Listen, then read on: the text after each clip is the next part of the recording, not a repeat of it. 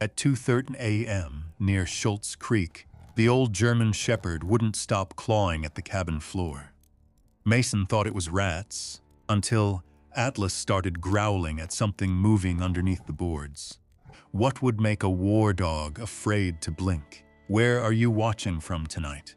At 10:47 a.m., the courthouse clock near Flagstaff City Hall gave a dull metallic click before the minute hand moved forward. Mason Reed heard it through the cracked windshield of his old RV while sleet tapped softly against the glass. The sound reminded him of a firing pin resetting. Tiny sound, wrong memory. He shut the engine off anyway. The RV smelled like cold coffee, wet denim, and Atlas's fur. The heater had died somewhere outside Camp Verde 3 days earlier, and Mason had been too low on cash to care. There was still a Circle K receipt folded in the cup holder for 17.83 worth of gas and black coffee from Dawn that morning. He looked at it for a second longer than necessary. Little details helped keep his head where it belonged. Arizona sky, November, Flagstaff, not Helmand. Atlas lifted his head from the passenger seat before Mason even opened the door. The German shepherd moved stiffly now, especially in cold weather. Old military dogs aged like old fighters. Quietly, the dog stepped down into the slush, ears up, scanning the street automatically. Mason did the same. 2 women talking near a bus stop, blue Subaru with snow crust around the wheel wells. A sheriff cruiser parked half a block down. No immediate threat. Still, his shoulders stayed tight beneath the canvas jacket. The house sat 3 streets north of the courthouse on West Aspen Avenue. Small, green trim. Uneven porch steps Mason's father never got around to fixing. Somebody had fused the old porch light. Cheap LED'd now, white instead of warm yellow. That bothered him more than it should have. Atlas paused at the driveway. The dog sniffed once, then twice, not relaxed. Mason adjusted the strap of his duffel bag against his shoulder and walked toward the front porch. Gravel crunched beneath his boots. Snowmelt dripped from the gutters in slow ticks that sounded too much like distant shell casings hitting concrete. The front door opened before he knocked. Valerie stood there in a cream-colored sweater, with her arms folded tight against herself. She looked older than 46 that morning, tired around the eyes. Mascara slightly smeared underneath one lid like she'd tried fixing it in the bathroom mirror and failed halfway through. "Mason," she said softly. He nodded once. "Hey, Val." She didn't hug him. That landed first. Atlas walked in beside Mason without waiting for permission. The dog immediately stopped near the kitchen entry and stared toward the dining room. Derek Holloway sat there already, boots on the floor beams, coffee mug in hand. Local contractor fleece zipped halfway up his neck with the Holloway Custom Builders logo stitched over the chest. Mason noticed the logo before the man's face. Habit, read uniforms first. Derek stood slowly, too casually. "Good to see you made it," Derek said. Mason looked past him toward the kitchen counter. Papers spread out, county forms, bank envelopes. One yellow legal pad covered in numbers. His stomach tightened before his brain caught up. Atlas moved closer to Mason's leg. The dog knew tension before humans admitted it existed. "You said there was paperwork," Mason said. Valerie glanced down immediately. Derek took over. "Yeah. Sit down first." "No." The room went quiet except for the refrigerator humming in the corner. Same refrigerator Mason's mother used to cover with postcards and church magnets. Now the surface was blank white metal. No family photos anymore.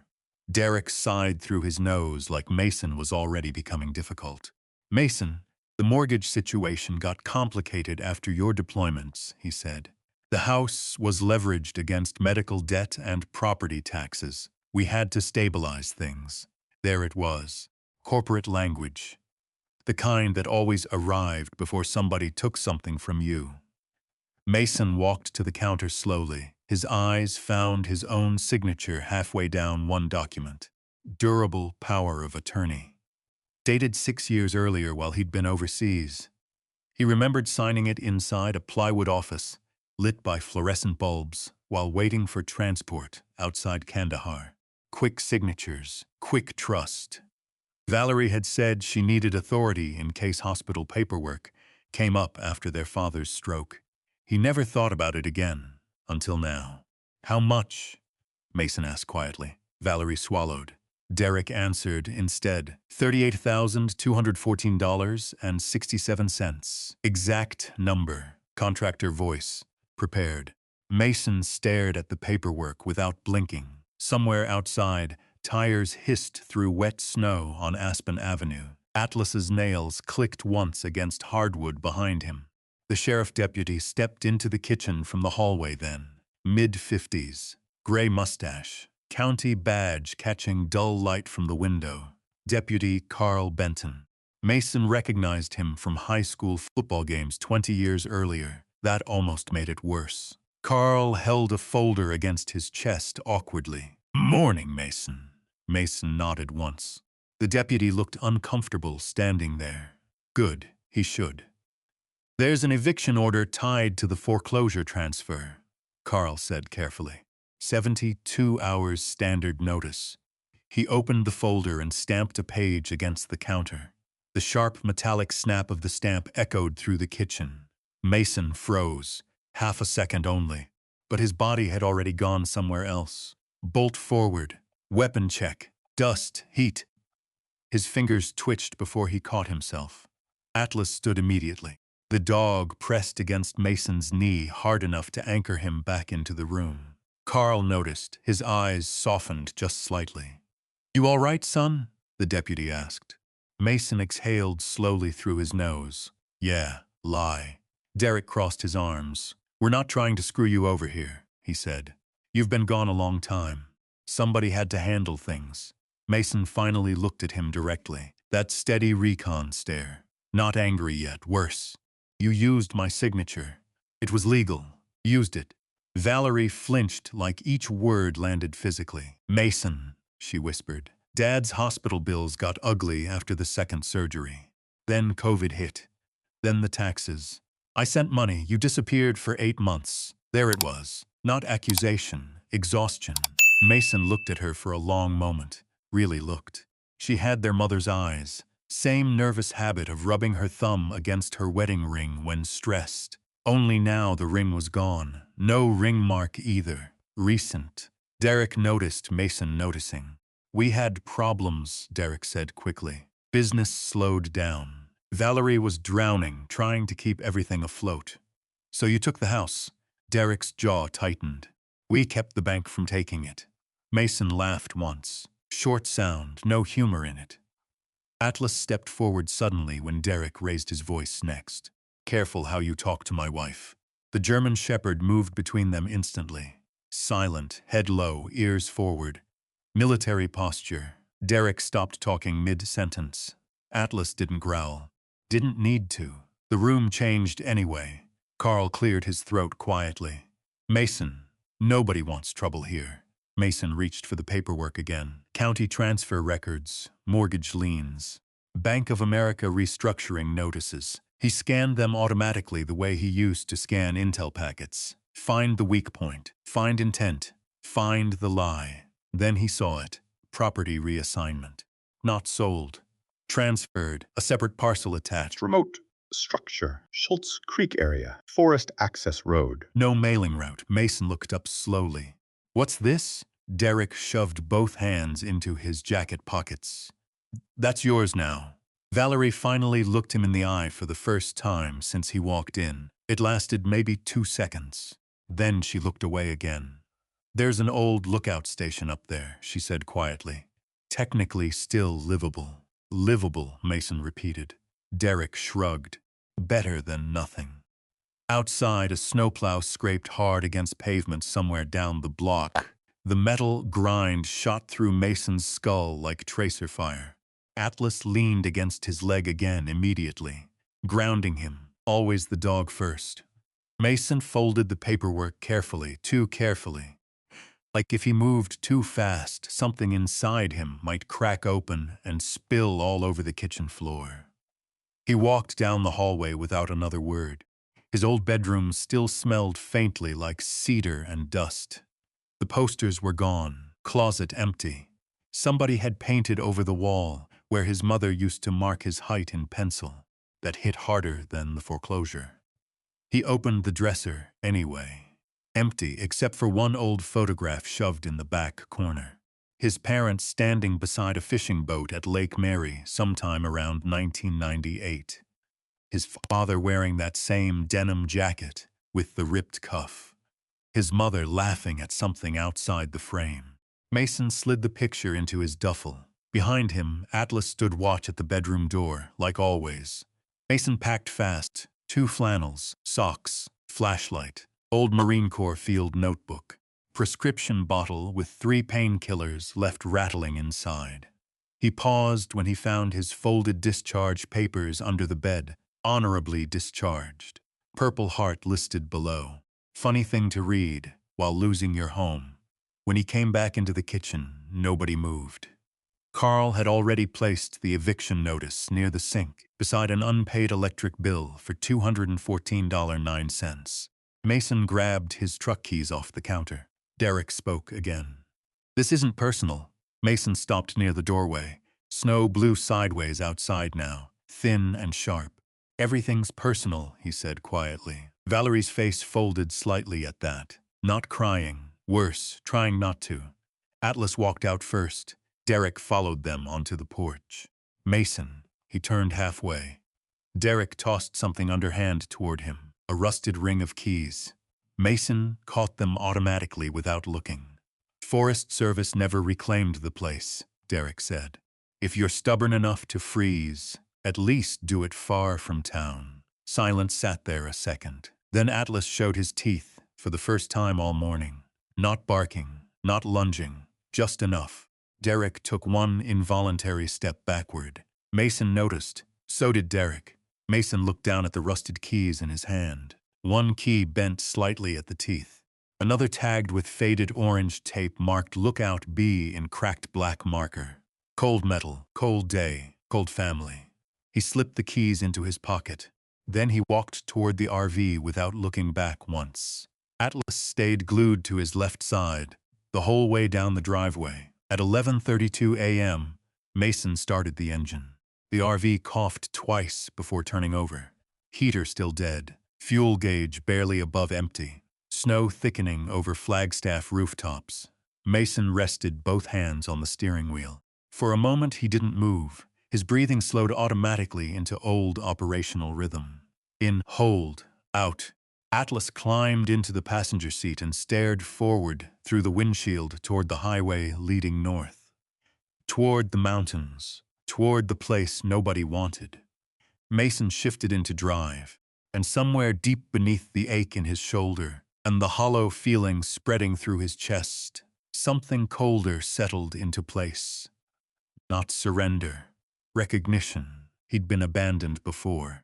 Not by strangers. Strangers were easy. You expected nothing from them. It was family that could still reach inside a man and rearrange the furniture while he was gone. The RV rattled north along US. Route 180 with snow hissing beneath the tires. Mason kept both hands locked on the wheel at 10 and 2. Even though the steering alignment pulled slightly left above 50 miles an hour. The speedometer hovered around 38. No reason rushed toward exile. Atlas sat upright in the passenger seat, staring through the windshield. Working. The dog always worked. Pine trees thickened as Flagstaff faded behind them. Gas stations disappeared first, then neighborhoods, then streetlights. Soon it was only snowbanks, dark timber, and the occasional reflector post flashing in the headlights like distant signal mirrors. At 12:21 p.m., Mason passed the turnoff for Arizona Snow Bowl. Wind shoved against the RV hard enough to make the loose side panel rattle twice. Atlas's ears twitched instantly toward the sound. Mason noticed everything the dog noticed. That was survival. His phone buzzed once in the cup holder. Valerie. He let it ring out. 30 seconds later, another text came through. "Please answer." Mason flipped the phone face down without reading the rest. The farther north they climbed, the worse the road became. Snow drifted across sections of pavement near mile marker 236, thin white snakes sliding over black asphalt. Mason leaned forward slightly, shoulders tight beneath his jacket reflex. His left ear still rang sometimes in cold weather from the IED blast outside Sangin 11 years earlier. Certain frequencies turned the ringing sharper. Wind was one of them. Atlas shifted suddenly and stood on the seat. What? The dog stared toward the tree line. Mason glanced over automatically. Nothing there except dense pine and snow haze moving between trunks. Still, his pulse picked up for no good reason. Hypervigilance never needed permission. At 12:54 p.m., the RV turned onto Forest Road 420. No pavement anymore, just packed snow, mud ruts, and old tire grooves frozen solid. A faded Forest Service sign leaned sideways beside the entrance with bullet holes punched through the lettering. Schultz Creek Access, somebody had spray-painted. Go back beneath it in red. Classy. The RV bounced violently over a washout, making a wrench slide somewhere behind the sink cabinet. Mason smelled propane for half a second and checked the gauges automatically. Still sealed. Good. Another mile in, cell service vanished completely. No bars, no backup. The forest swallowed sound differently out there. Flagstaff had noise layered beneath everything. Traffic, doors, radios, human life bumping into itself. But once Mason drove deeper into the Coconino timberline, the silence turned heavier. Snow absorbed everything except the engine growl and the occasional crack of branches under ice. Atlas started growling low in his throat. Not aggressive. Alert. Mason slowed the RV near a fallen ponderosa pine blocking half the trail. Fresh chainsaw marks cut through the trunk. Sap still pale against the wood. Somebody had cleared the road recently. His eyes narrowed slightly. Derek said, "Nobody used this place anymore." The thought stayed with him. The trail curved west another quarter mile before the lookout finally appeared through the trees. At first glance, it barely looked standing. The old Forest Service structure sat on a rocky rise overlooking the valley below, crooked against the gray sky like something left behind after a fire evacuation decades earlier. The tower section leaned slightly south. Half the railing was gone. One shutter banged loose against the siding in the wind with slow, hollow knocks. The cabin underneath looked worse. Roof sagging near the center. Broken windows covered by warped plywood. A rusted propane tank tipped sideways in snow near the porch. Mason killed the engine. Silence rushed in immediately. Atlas was already at the door before Mason grabbed the keys. Cold air hit hard outside. Sharper up there. Cleaner, too. It smelled like pine sap, snow, wet bark, and old wood rot underneath everything else. The lookout sat maybe 40 yards from a steep drop overlooking Schultz Creek below. Through the trees, Mason could see the thin silver line of Highway 180, twisting south toward town. Far enough away to disappear. Close enough to remember. Atlas moved ahead through knee-deep snow, nose working fast. The dog circled the porch once before stopping completely near the steps. Ears forward. Still again, Mason climbed the porch slowly. One board cracked beneath his weight with a wet, splintering sound. He froze automatically, balance shifting, body ready for collapse. Nothing else gave way, yet the rusted key Derek tossed him barely fit the lock. Mason had to shoulder the swollen door twice before it finally groaned open inward, releasing a smell strong enough to stop him cold. Mold, mouse droppings, wet insulation, and underneath it all, old smoke. Not recent, but there, Atlas slipped past him into darkness immediately. The inside looked like winter had been eating it for years. A table sat overturned near the far wall, missing one leg. Ceiling stains spread like bruises across warped paneling. Somebody had ripped copper wiring from sections of the walls decades earlier, leaving open holes and hanging nails behind. The old generator control panel near the back door had been smashed apart, probably scavengers or angry kids. Mason walked room by room slowly, Kitchen first, empty cabinets, one rusted spoon inside the sink.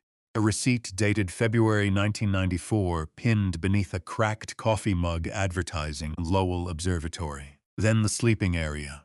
One cot frame without mattress, roof leak above the corner. Mouse nest packed into an old sleeping bag. Atlas scratched sharply near the floorboards behind him. Mason turned. The dog stood rigid near the back wall, staring downward. Hackles raised slightly along his spine. "What do you got?" Atlas sniffed once more and gave a low rumble. Mason crouched beside the floorboards carefully. Old pine, water damage. But underneath the smell of rot was something else. Oil maybe, metal, hard to tell. He knocked twice against the boards with his knuckles. Hollow. Atlas scratched harder. Easy. The dog stopped immediately but stayed planted there, eyes fixed on the floor. Mason ran a hand across his jaw slowly. His stubble rasped beneath his fingers. No basement access visible. No hatch, no exposed handle. Interesting. Outside, wind shoved against the tower again. The whole structure creaked softly overhead. Mason stood and moved toward the generator corner. The machine itself looked ancient. Onan diesel unit, mid-1980s maybe. Somebody had stripped half the wiring harness. A yellow inspection tag still hung from the side dated June 17, 1987. Long dead. He checked the fuel tank anyway. Dry, of course. Atlas kept returning to the same section of floor near the rear wall every 30 seconds. Sniff, pause, listen.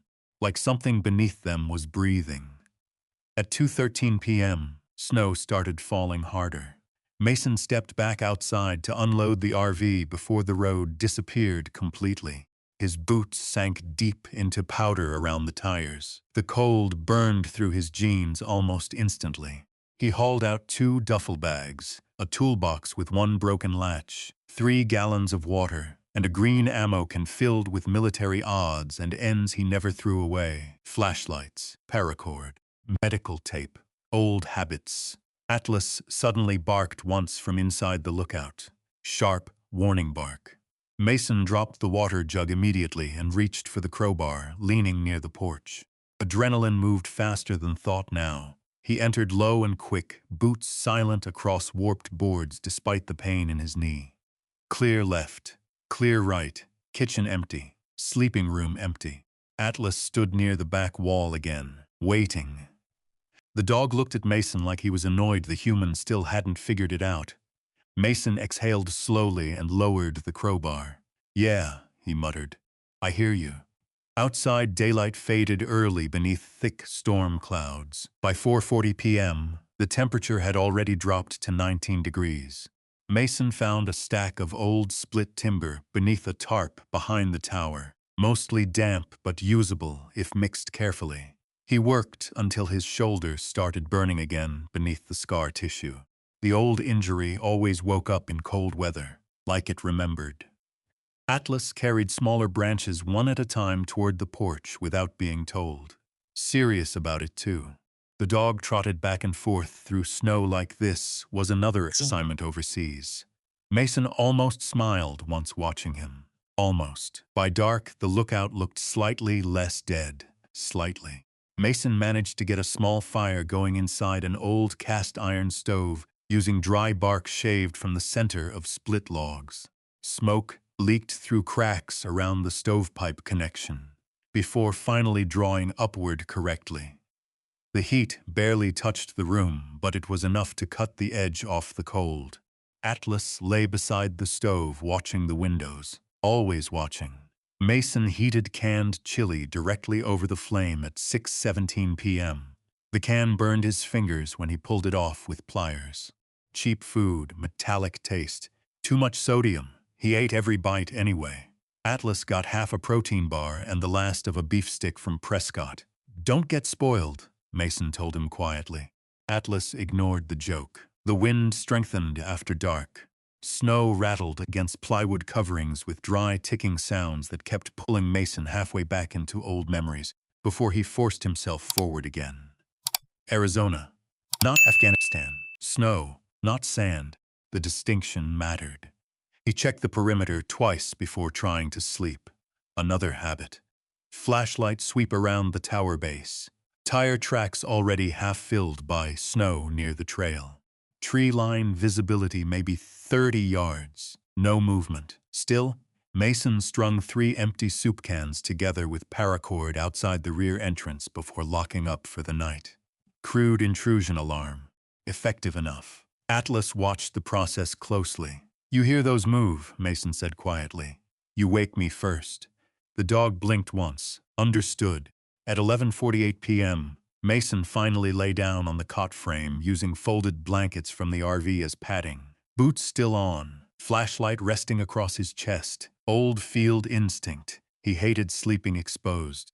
The tower above groaned every few minutes when wind hit from the north. Somewhere deep inside the walls, pipes clicked softly as temperature shifted. Mason stared upward into darkness, listening to the structure breathe around him. Abandoned places always sounded alive at night. Atlas suddenly stood again. Mason sat upright immediately. The dog walked straight toward the rear wall. Sniffed, scratched once, then twice. A long silence followed. Mason grabbed the flashlight and crossed the room slowly. The beam settled over warped floorboards near Atlas's paws. Nothing visible, just old pine and dark nail heads. Then came the sound, very faint. A dull knock from somewhere underneath them. Not the house settling, not pipes. 3 slow taps. Atlas's ears snapped forward instantly. Mason felt the muscles in his back tighten beneath his shirt. Another knock echoed softly below the floorboards. Somebody had been down there. Maybe somebody still was. The thought moved through Mason's body faster than fear ever could. Training did that. Your brain didn't stop to debate possibilities first. It started building angles, distances, exit routes. Atlas stood rigid beside the wall, one paw lifted slightly off the warped floorboards, listening. The old lookout creaked around them while snow whispered against the roof. The stove popped softly behind Mason, orange light flickering across peeling walls. For one strange second, the room felt suspended between 2 worlds. Half frozen mountain cabin, half combat outpost. Another dull tap echoed underneath. 3 knocks again, slow, measured. Mason killed the flashlight instantly. Darkness swallowed the room except for the stove glow. Atlas didn't bark. Good dog. Barking wasted information. The shepherd lowered his head toward the floorboards and gave a low rumble deep in his chest that Mason felt more than heard. Mason crouched slowly near the rear wall and pressed 2 fingers against the wood. Cold, then. Nothing. Only wind outside and the ticking stovepipe. His breathing stayed controlled, but his pulse had climbed anyway. Adrenaline sharpened everything. He could smell damp pine inside the walls. Old ash. The faint copper scent of Atlas's collar buckle, where snowmelt had dried earlier. Mason reached carefully for the crowbar leaning beside the cot. No sudden moves. He angled the flashlight low again and swept the beam across the floor. Most of the boards near the back wall had swollen from years of moisture damage. Rusted nail heads, black water stains.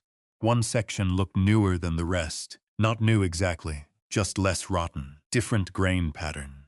Atlas stepped onto that section immediately. Scratch. Scratch, then silence again. Mason leaned closer. "What are you trying to tell me?" Atlas stared at him like the answer should been obvious. Mason slid the crowbar beneath the edge of the nearest plank and pulled upward carefully. The board resisted at first, with a groan that echoed through the cabin. Dust drifted loose from the seams. Then the nail popped free. Underneath sat darkness, a narrow gap maybe 8 inches deep. Mason angled the flashlight downward. Dirt, support beams, spider webs, nothing else. Atlas sniffed harder and sneezed once. The dog was frustrated now. Mason removed a second board, then a third. Cold air drifted upward from below, carrying a smell that didn't belong in a dead cabin. Diesel fuel, fresh enough to notice. His eyes narrowed immediately. Somebody had been using something mechanical down there recently. He widened the opening enough to fit his arm through. and swept the flashlight deeper beneath the structure. The beam caught old pipes, broken crates, insulation hanging loose like dead moss. Then movement, tiny, gray blur disappearing deeper under the cabin. Mouse. Mason exhaled slowly through his nose. Hell of a dramatic mouse, he muttered. Atlas didn't relax. That bothered him. The dog had spent years detecting explosives before retirement. Atlas trusted his nose more than humans trusted paperwork. Mason had learned long ago not to dismiss that instinct. He checked his watch, 1:16 a.m. Too late to start tearing apart foundations in the dark, with a storm building outside. Mason replaced the boards temporarily and wedged the crowbar beside the cot before sitting back near the stove. Atlas finally lay down, though the dog kept facing the rear wall instead of the fire. Still guarding, Mason rubbed his left ear absently, where scar tissue disappeared beneath short gray-flecked hair. The ringing had started again. Thin, high tone. Usually happened after stress spikes. Outside, wind rattled the tower above them. Somewhere around 2:40 a.m., exhaustion finally dragged Mason under. Not deeply, never deeply. He dreamed in fragments anyway. Dust blowing through blown-out concrete, a medic screaming for pressure bandages, rotor wash hammering sand against his face. Then Atlas barking. Mason woke instantly. No confusion, no groggy hesitation, just motion. His hand found the flashlight before his eyes fully opened. Atlas stood near the front window now, body tense, staring outside into darkness. Snow lashed sideways through the beam when Mason clicked it on. The Soupcan alarm near the rear entrance remained still. No intruder, but something had changed. The dog's ears tracked toward the woods downhill from the lookout. Mason moved beside the cracked window carefully and killed the flashlight again, so the glass wouldn't reflect. At first, he saw only snowfall between the pines. Then, headlights. Far down the access road. Vehicle moving slowly through the storm without lights fully on. Just parking lamps glowing dim amber between tree trunks before vanishing again. Mason's jaw tightened. Nobody should been driving out there at 3 in the morning during a snowstorm. The lights disappeared completely after a few seconds. No engine sound followed.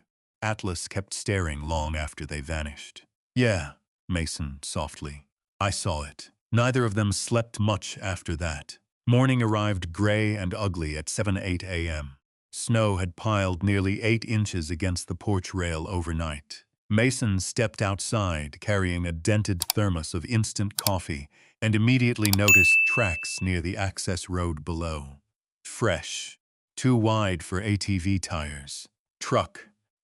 The snow had softened the edges, but he could still make out deep tread impressions cutting toward the mountain before turning back downhill sometime before dawn.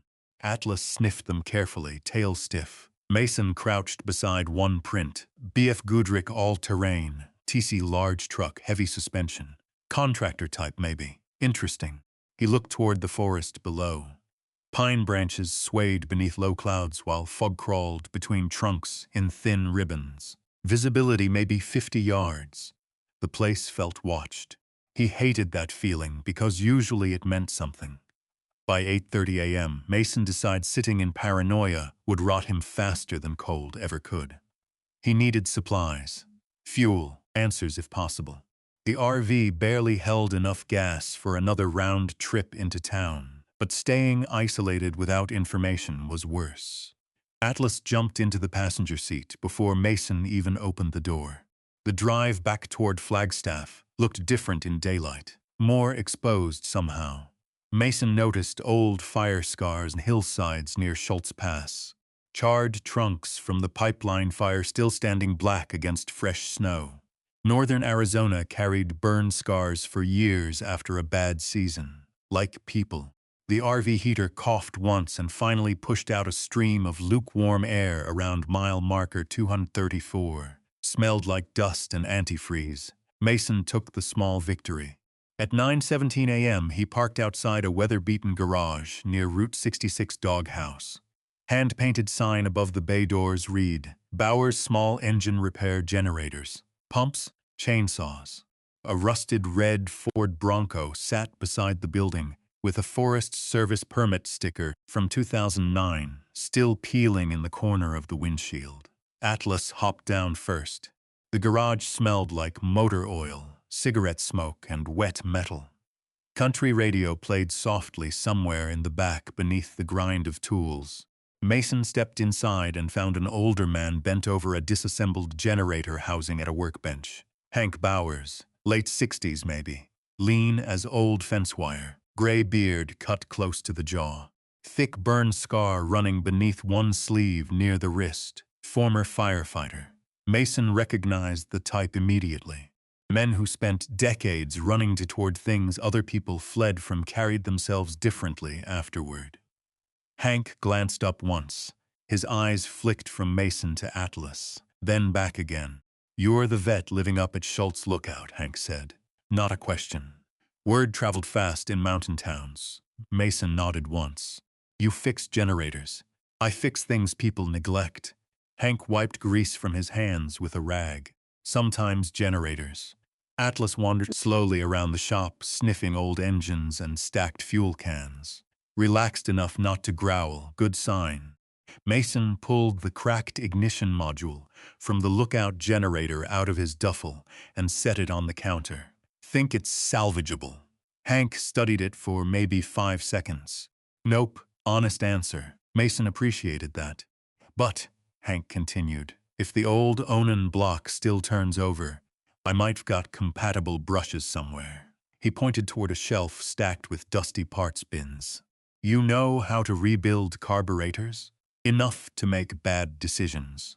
That earned the smallest twitch at the corner of Hank's mouth. "Marine? Force Recon." Hank nodded once, like that confirmed something private for him. Outside, a loud crack echoed from somewhere down the road. Gunshot. Probably hunters. Mason moved, before thinking. Half stepped sideways behind the Bronco, visible through the garage opening. Weight shifted automatically. Atlas scanning angles. Atlas reacted too. Head low. Body alert. The moment lasted maybe 1 second. Then Mason caught himself. Silence filled the garage afterward, except for the radio. Hank didn't laugh. Didn't stare either. He just reached over calmly and shut the garage bay door halfway. "Cuts down the echo," he said quietly. Mason swallowed once and looked away toward the parts shelves. "Yeah." The older man studied him another moment before speaking again. "Coffee's burnt," Hank said, "but it's hot." Mason accepted the styrofoam cup without argument.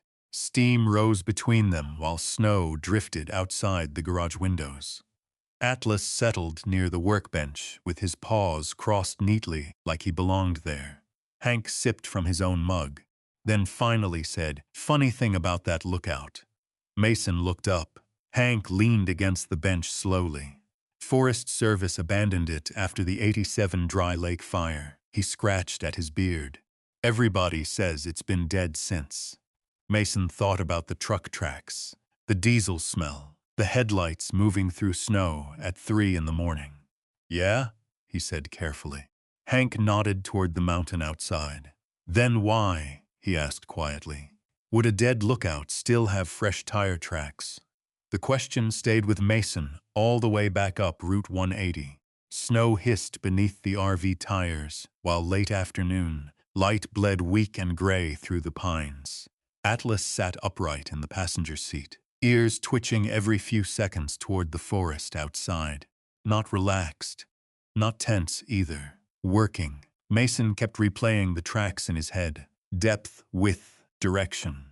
Whoever drove up there knew the road well enough to move in a storm without headlights. That narrowed the list. Locals.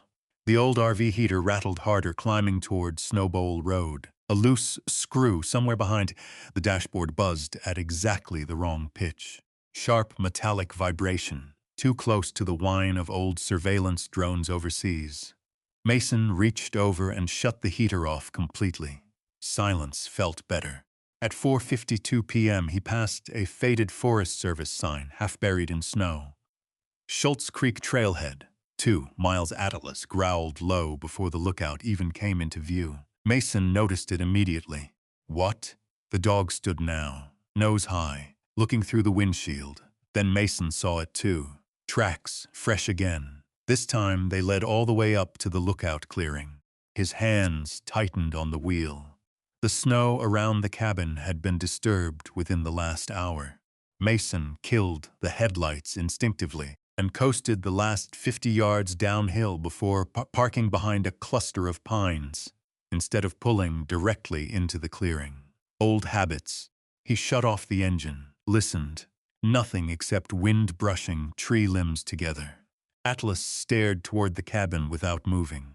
Mason reached beneath the seat and pulled out the old Marine Corps car he kept wrapped in cloth beside the tire jack. Mostly utility, mostly memory, still sharp. "Easy," he whispered to Atlas. The dog exited silently beside him. No barking, no rushing. Mason circled wide through the trees instead of approaching directly, boots crunching softly through crusted snow. His breathing stayed controlled, despite the ache beginning behind his left eye again. He noticed the cigarette first, still smoldering beside the porch. Marlboro red, fresh enough to smell. Then came the boot prints. 2 men minimum, heavy work boots, one set larger than the other. They'd walked around the rear side of the lookout toward the old generator shed. Mason crouched low near the corner. Atlas suddenly froze, head angled toward the cabin door inside. Movement, tiny scrape. Mason shifted instantly toward the side window, keeping below sightline level. He caught a glimpse through cracked glass. A flashlight beam moved across the interior. Slow, searching. His jaw hardened. Looters, maybe. Or worse. Atlas looked at Mason, waiting for command. Mason held up 2 fingers. "Stay." Then he moved, fast and quiet, 3 steps up the porch. Weight balanced on the outer edges where the boards wouldn't groan. He reached the doorway and shoved it inward hard. The flashlight inside whipped toward him immediately. Jesus Christ. One man stumbled backward near the stove. Mid-30s maybe. Heavy Carhartt jacket. Scraggly beard. Cheap flashlight shaking in his hand. The second guy near the rear wall turned too quickly and slipped on loose boards. Mason saw the pry bar beside him. Not random trespassers. "Get out," Mason said calmly. The taller man lifted both hands halfway. "Easy, man, we thought nobody was up here." "Then why pry the floor open?" Silence. Atlas entered behind Mason now, low growl vibrating through the room. The dog positioned himself perfectly between Mason and the strangers without instruction. The shorter guy swallowed hard. "We heard stories," he muttered. "What stories?" The men exchanged a glance. Mason noticed the patch on one jacket sleeve then. Holloway Ridge Development Derrick. Interesting. The taller man noticed Mason looking at it and quickly zipped his jacket higher. "We're leaving," he said fast. Mason stepped aside from the doorway without lowering the knife. "Good plan." The men pushed past carefully. Atlas tracked them every inch until they disappeared into the falling snow toward an older Chevy Silverado parked downhill near the trees. Arizona plate. BXT 2941. Mason memorized it automatically. The truck engine coughed twice before starting. Tires spun briefly on ice. Then the vehicle disappeared downhill through the pines. Silence settled back over the clearing. Atlas remained staring after them. Long after, the sound faded. Mason shut the door slowly and turned toward the damaged floorboards. The men had removed 2 more planks while he'd been gone. Now the opening beneath the floor looked larger and deeper. He crouched beside it carefully.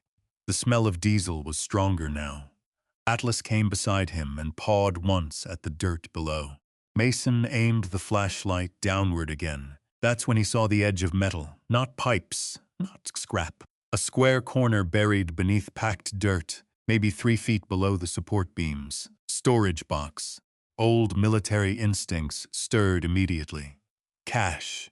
He grabbed the pry bar the intruders left behind and widened the opening enough to fit through.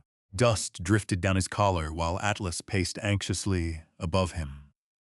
"It's fine," Mason muttered, probably a lie. The crawl space barely gave him room to move. Dirt pressed cold against his knees while flashlight beams cut through hanging insulation and spiderwebs. The metal object sat partially buried near one of the original support posts. Olive drab. Military surplus, maybe. Waterproof case. Mason brushed away dirt with gloved fingers until faded stenciled letters appeared across the top. USF's Archive Unit 4 Forest Service. Locked. Or at least it had been once. The latch looked recently forced open. His pulse slowed instead of quickening. Combat had trained him backward that way. The closer danger moved, the calmer he became. He lifted the lid carefully. Inside sat old documents wrapped in plastic, maps, survey folders, VHS tapes inside sealed bags, and beneath them, a newer envelope.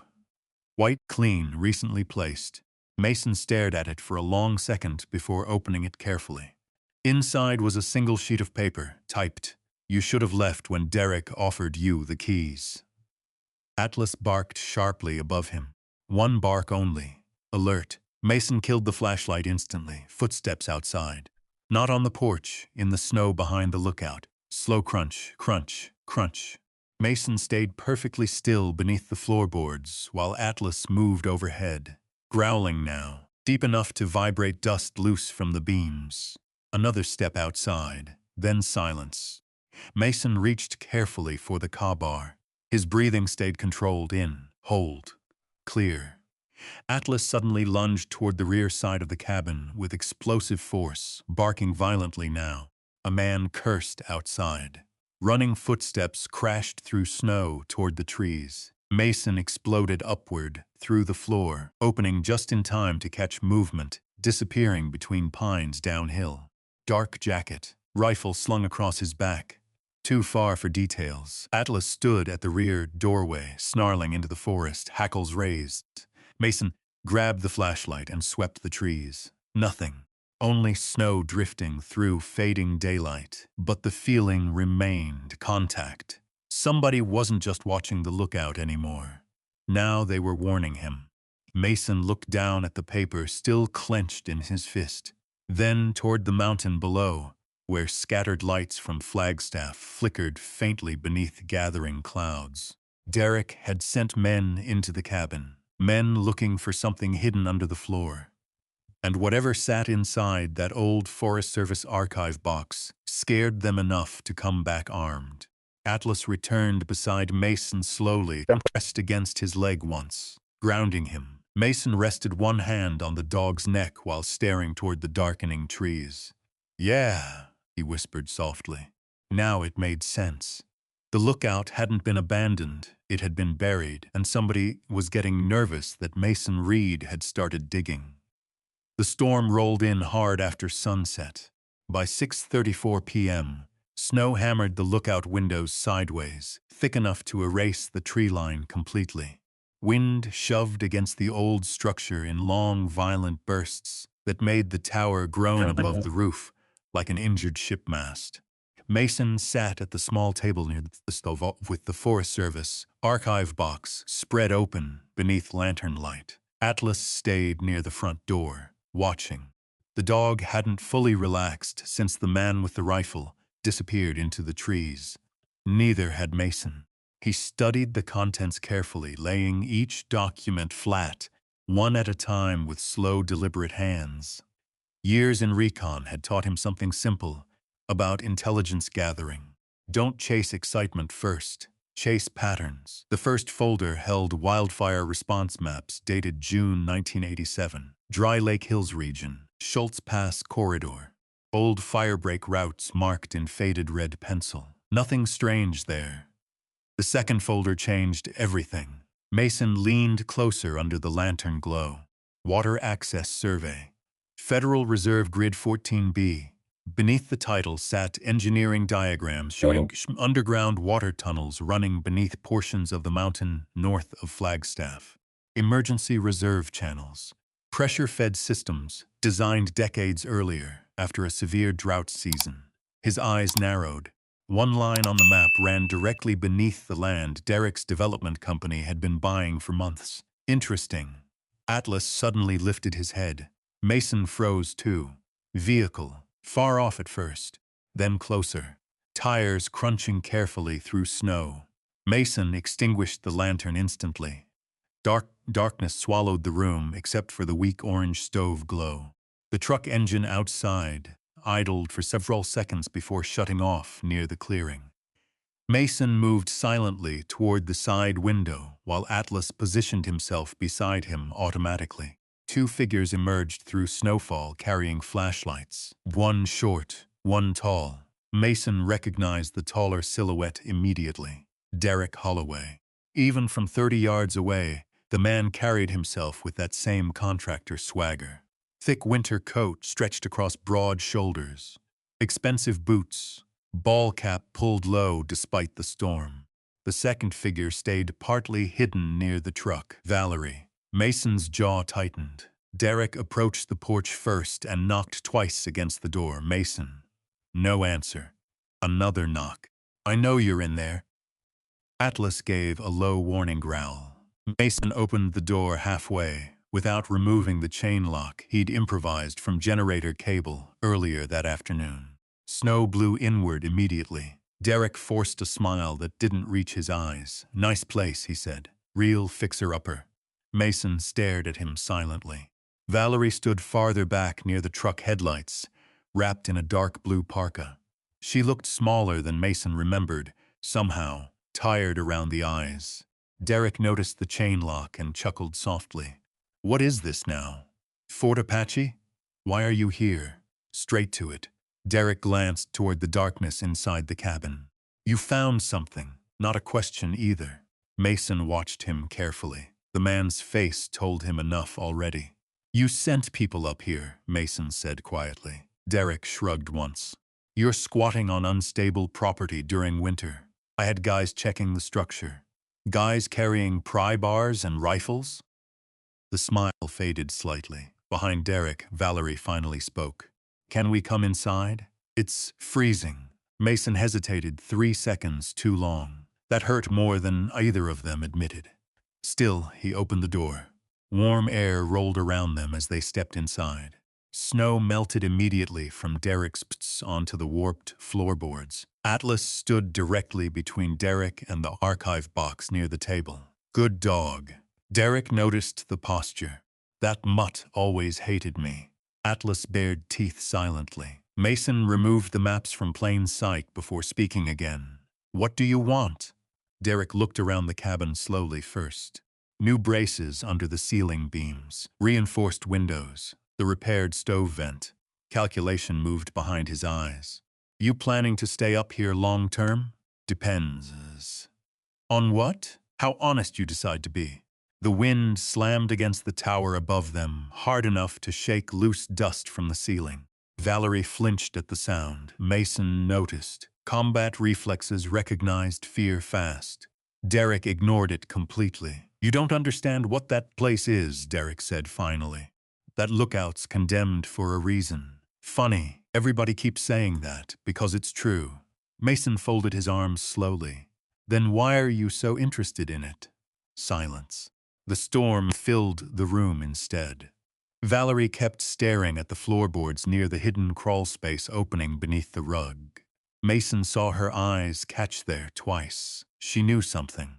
Derek sighed heavily, like a businessman, exhausted by stubborn customers. Look, he said. You've had a rough few years. Everybody knows that. I'm trying to help here. Atlas growled again. Low. Dangerous. Derek pointed at the dog. You ought to control that thing. Mason didn't even glance down. He is controlled, that landed. Derek shifted gears immediately. There's investors involved now, he continued. People from Phoenix, big project near Schultz Pass. Cabins, tourism, jobs. This mountain's changing whether you like it or not. Mason studied him quietly, then asked the question softly. What's under this mountain? Valerie looked up sharply.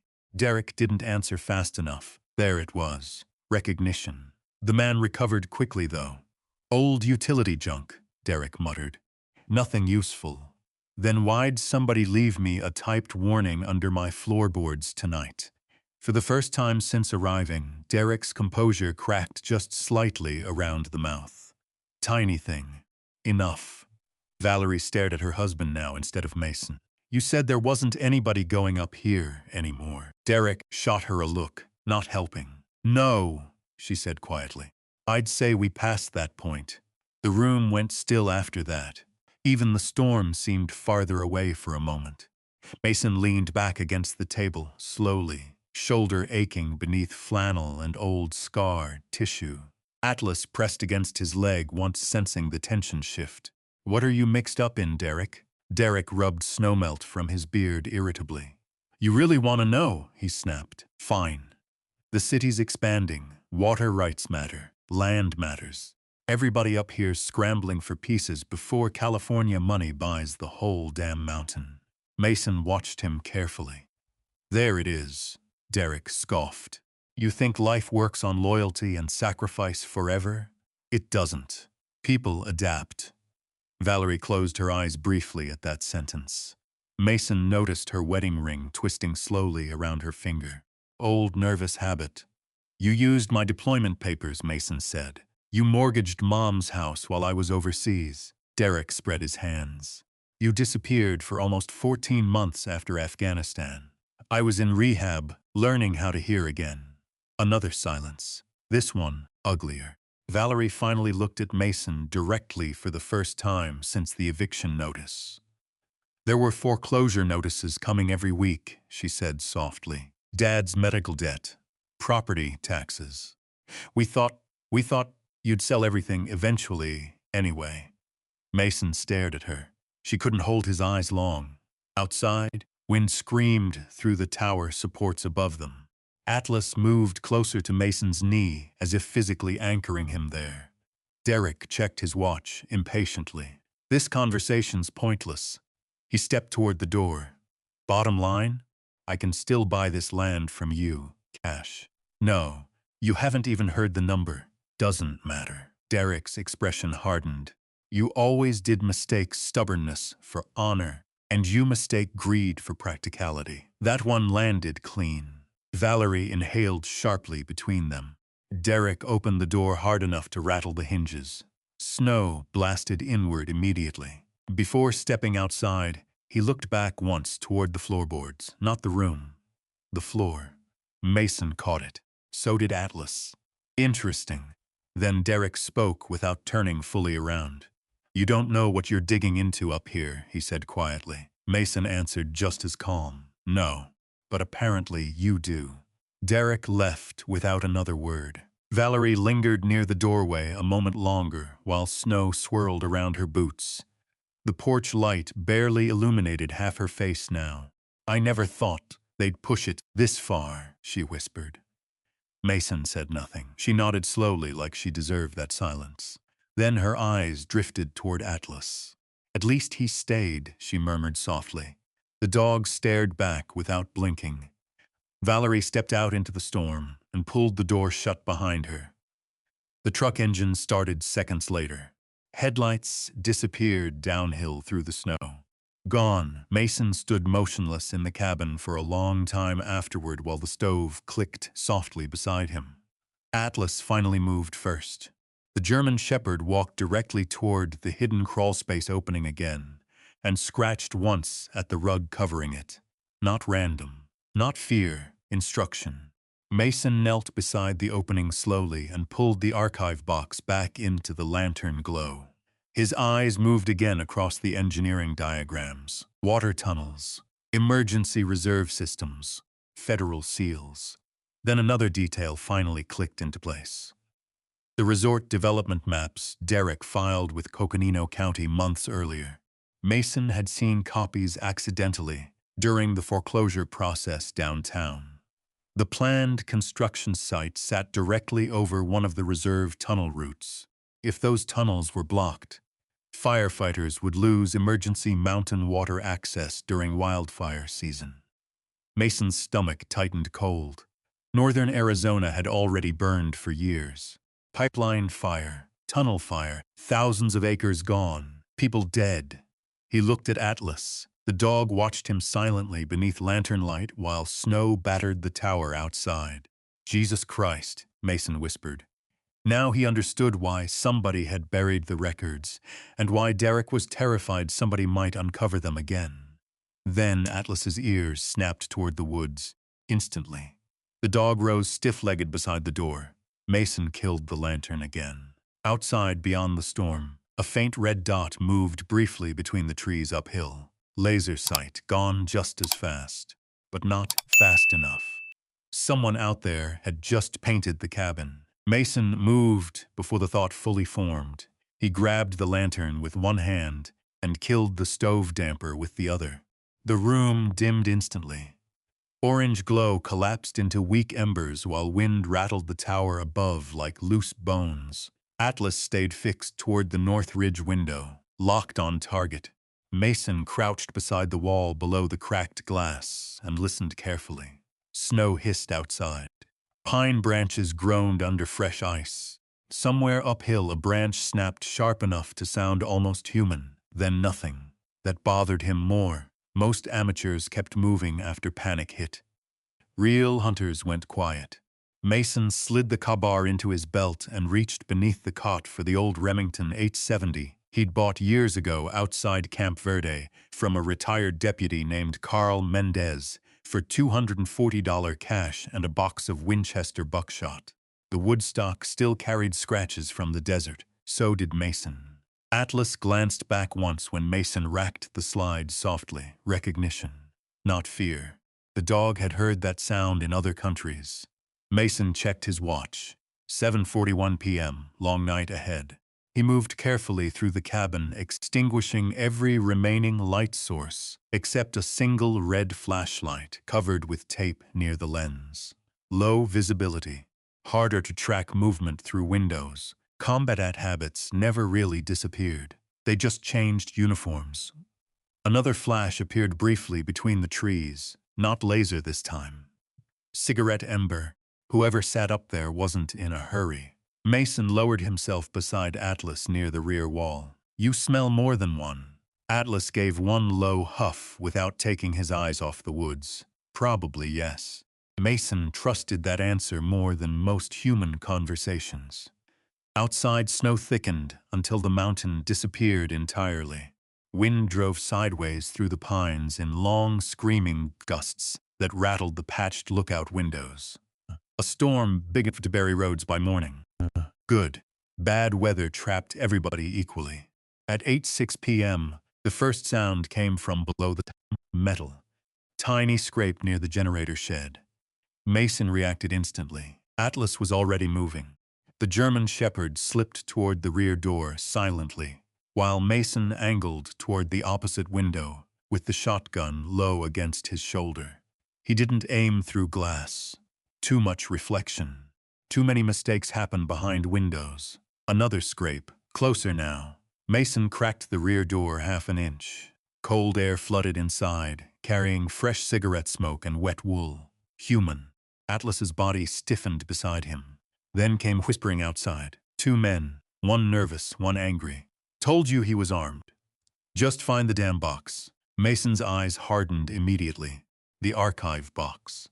So Derek hadn't been bluffing earlier. The men moved around the foundation carefully now, boots crunching slow through snow.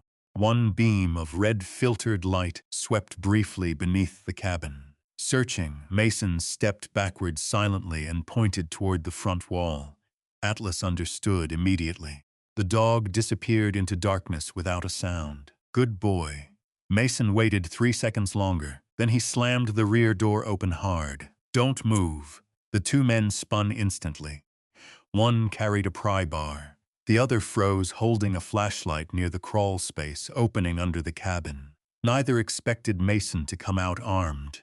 For half a second, everyone stayed perfectly still beneath swirling snow.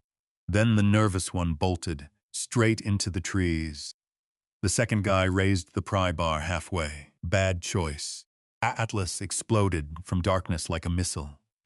The German shepherd hit the man square in the chest before Mason could even shout. Both crashed sideways into snow beside the generator shed. The pry bar disappeared into darkness while the man screamed and tried shielding his face. "Call him off! Jesus Christ!" Atlas held the jacket sleeve in his jaws without going for the throat. Controlled aggression. Military dog training. Disable, hold. Mason moved in fast and kicked the pry bar away. Hands. The man obeyed immediately. Blood ran from a torn cheek where Atlas's claws caught him during impact. Mid-20s, maybe. Cheap beard. Meth-scabbed skin beneath frost. Not a pro, just hired muscle. Mason kept the shotgun leveled. Who sent you? The man shook badly now. I don't know names. Wrong answer. I swear to God, man, Atlas growled deeper. That helped. Holloway Construction, the man blurted fast. They just told us there were files hidden up here. Mason stared at him. You break into cabins often for contractors. The man swallowed hard. They said it was abandoned.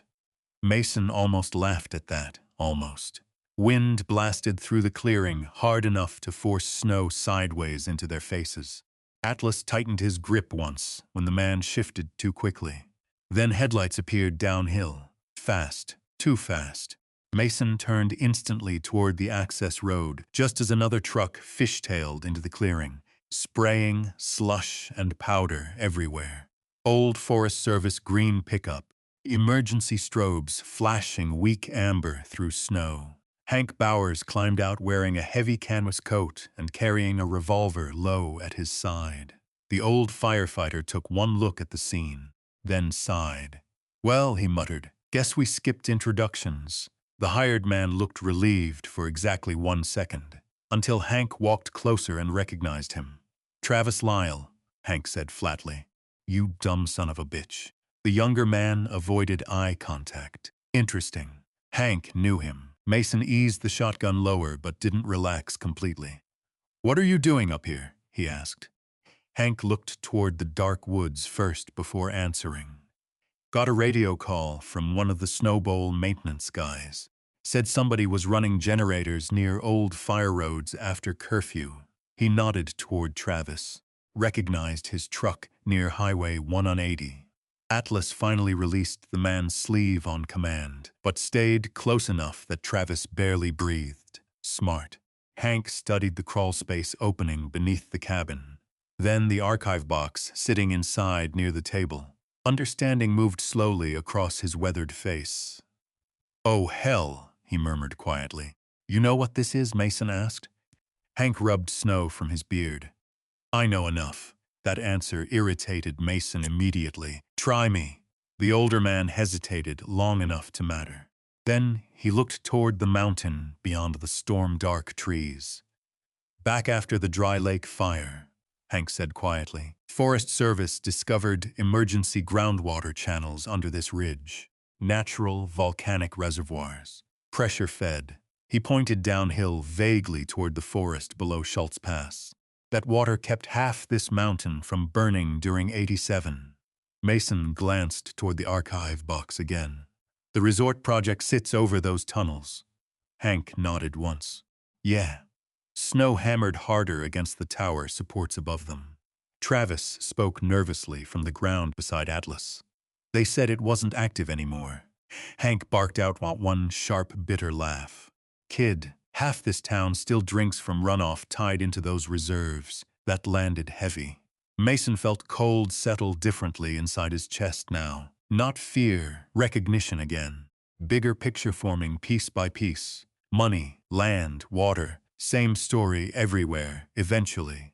Atlas suddenly turned his head toward the tree line again and barked sharply once. Not at Travis. Beyond him. Mason reacted immediately. Down, the crack echoed across the clearing half a second later. Gunshot. Snow exploded off the generator shed inches from Hank's shoulder. Everybody dropped. Atlas lunged toward Mason as another shot punched through the lookout window above them with a burst of shattered glass.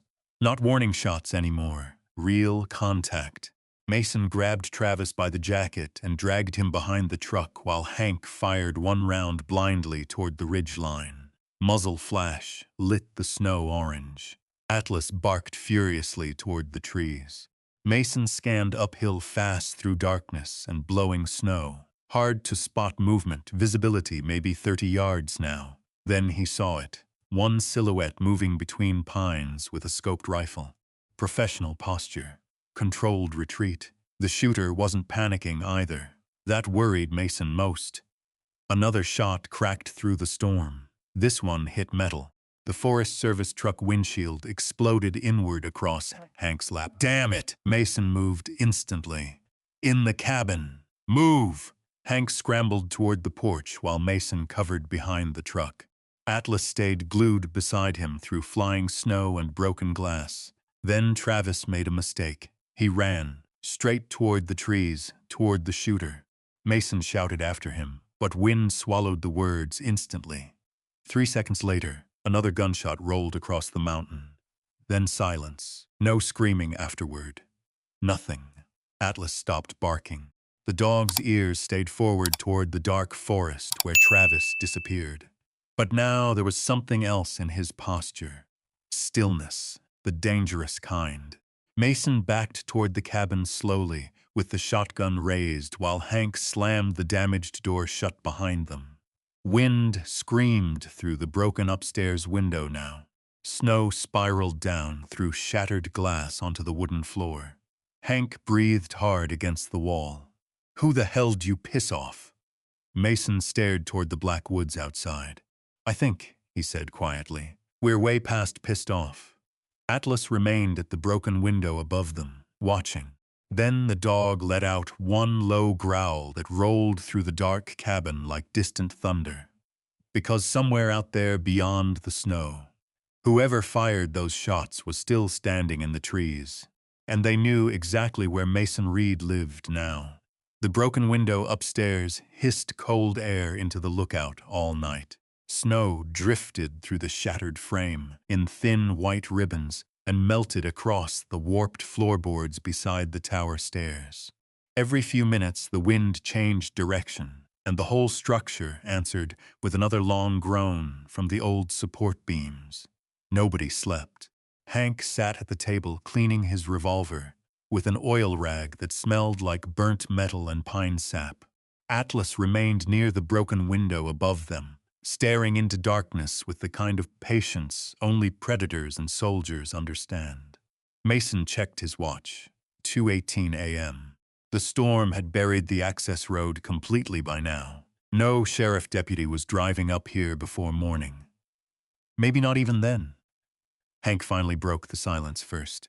"You know what bothers me?" Mason leaned against the wall beside the stove, shotgun across his lap. "Long list tonight. The shooter didn't come for the files." That pulled Mason's eyes up. Hank nodded toward the crawl space. If they wanted those records gone, they'd torch the whole damn place. He wiped the revolver cylinder slowly. "No, that guy came to scare you off." Mason looked toward the black woods outside again. Professional enough. Another gust rattled the tower windows overhead. Atlas growled once, low. Mason rubbed tired fingers across the bridge of his nose. The ache behind his left eye had settled into a deep, steady pressure now. Lack of sleep always made the ringing worse in his damaged ear. So did adrenaline. Tonight offered both. "What exactly are those tunnels worth?" Mason asked quietly. Hank exhaled through his beard. "In Arizona," he gave a dry laugh, "water's worth more than gold and less forgiving." The older man stood and crossed toward the archive maps spread across the table. Lantern light flickered over faded survey lines and handwritten engineering notes from 1987. "Back after the Dry Lake fire," Hank continued. "Forest Service built backup access systems under this ridge in case the reservoirs ever failed." He tapped one of the red-marked tunnels with a rough finger. "Those channels feed emergency water pumps from natural underground pockets formed by old lava tubes." Mason studied the diagrams again. Then it clicked deeper. Firebreak support. Exactly. Outside, wind slammed snow against the tower hard enough to shake loose frost from the ceiling seams. Hank looked toward Mason carefully. "If somebody blocks those tunnels during wildfire season," he let the sentence hang. Mason finished it anyway. "Whole mountain burns faster." Hank nodded once. Neither man spoke for a while after that. Atlas eventually moved from the upstairs window and came downstairs stiff-legged. The German Shepherd crossed directly to the rear wall, where the crawlspace opening sat hidden beneath a rug, sniffed, paused, then sneezed sharply.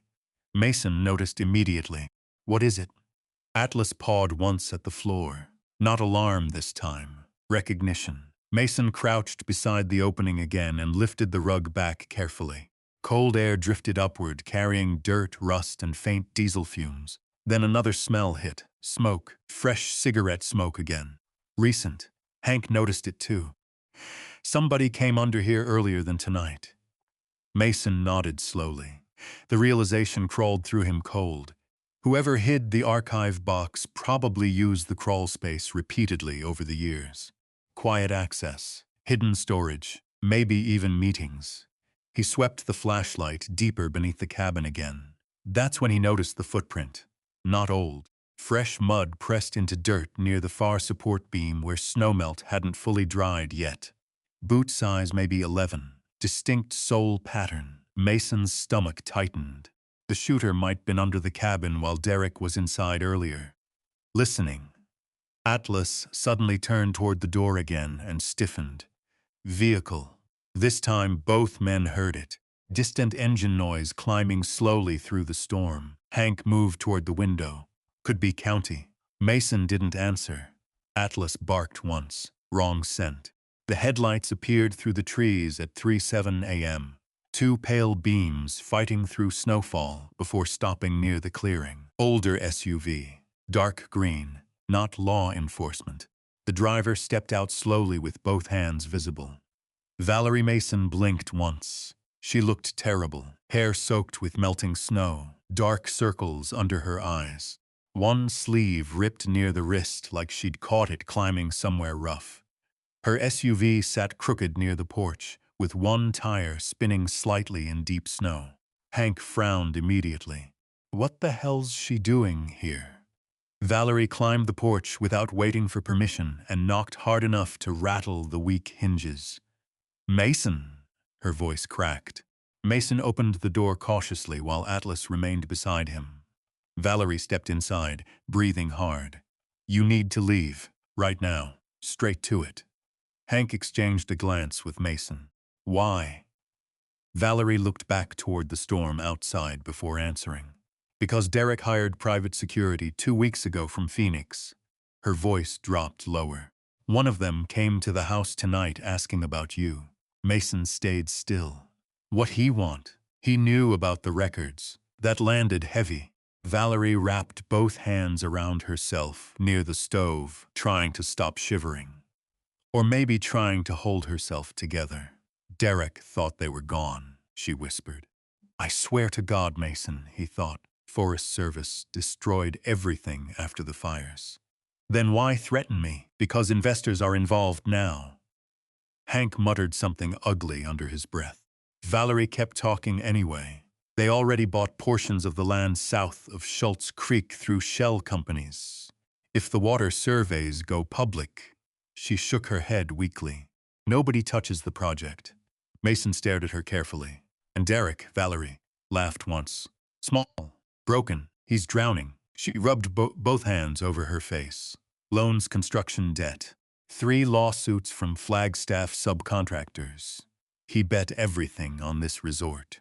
Outside, another branch cracked somewhere in the storm-dark woods. Atlas turned instantly toward the sound.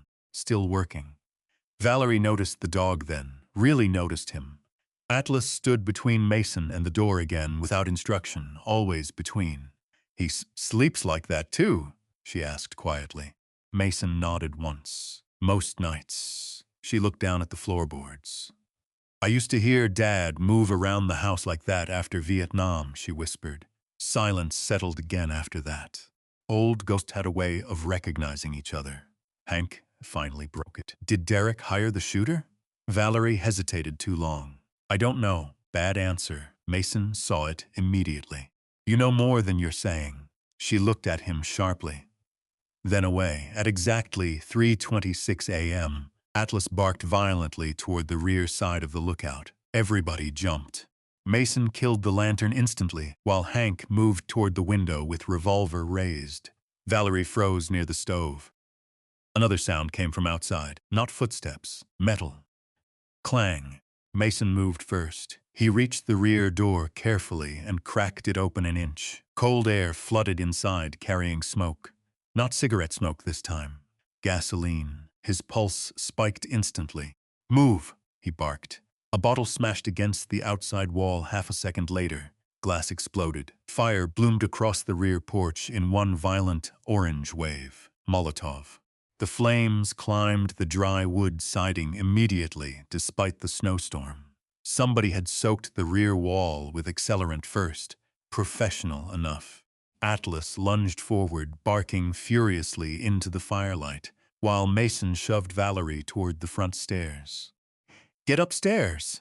Hank grabbed a shovel beside the stove and kicked the burning rear door fully open.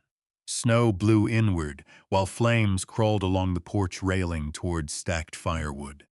Mason saw movement beyond the trees again. One figure retreating downhill fast, too dark for details. The bastard knew exactly where to throw it. The fire spread faster than it should have. Gasoline soaked deep into old wood. Thick black smoke rolled across the ceiling while heat cracked the patched windows upstairs. Atlas suddenly bolted toward the rear wall, not away from the fire, toward it.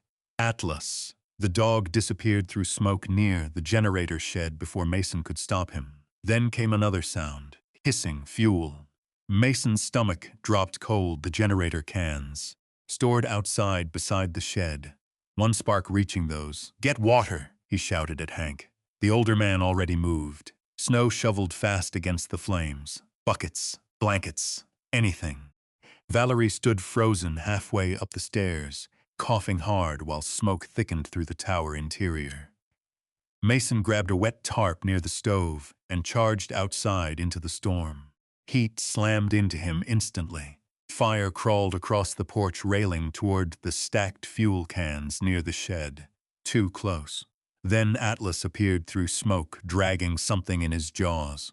One of the gas cans. The German shepherd pulled it across the snow away from the flames while sparks blew around his fur. Good God. "Atlas!" The dog ignored him and lunged for the second can. A beam cracked overhead. The porch roof sagged suddenly under combined fire and snow weight. Mason sprinted through blowing embers and grabbed the second fuel can himself, while Atlas kept pulling the first downhill through deep snow. Then the roof section collapsed. Wood crashed where they'd stood seconds earlier. Heat blasted across Mason's back hard enough to sting through layers.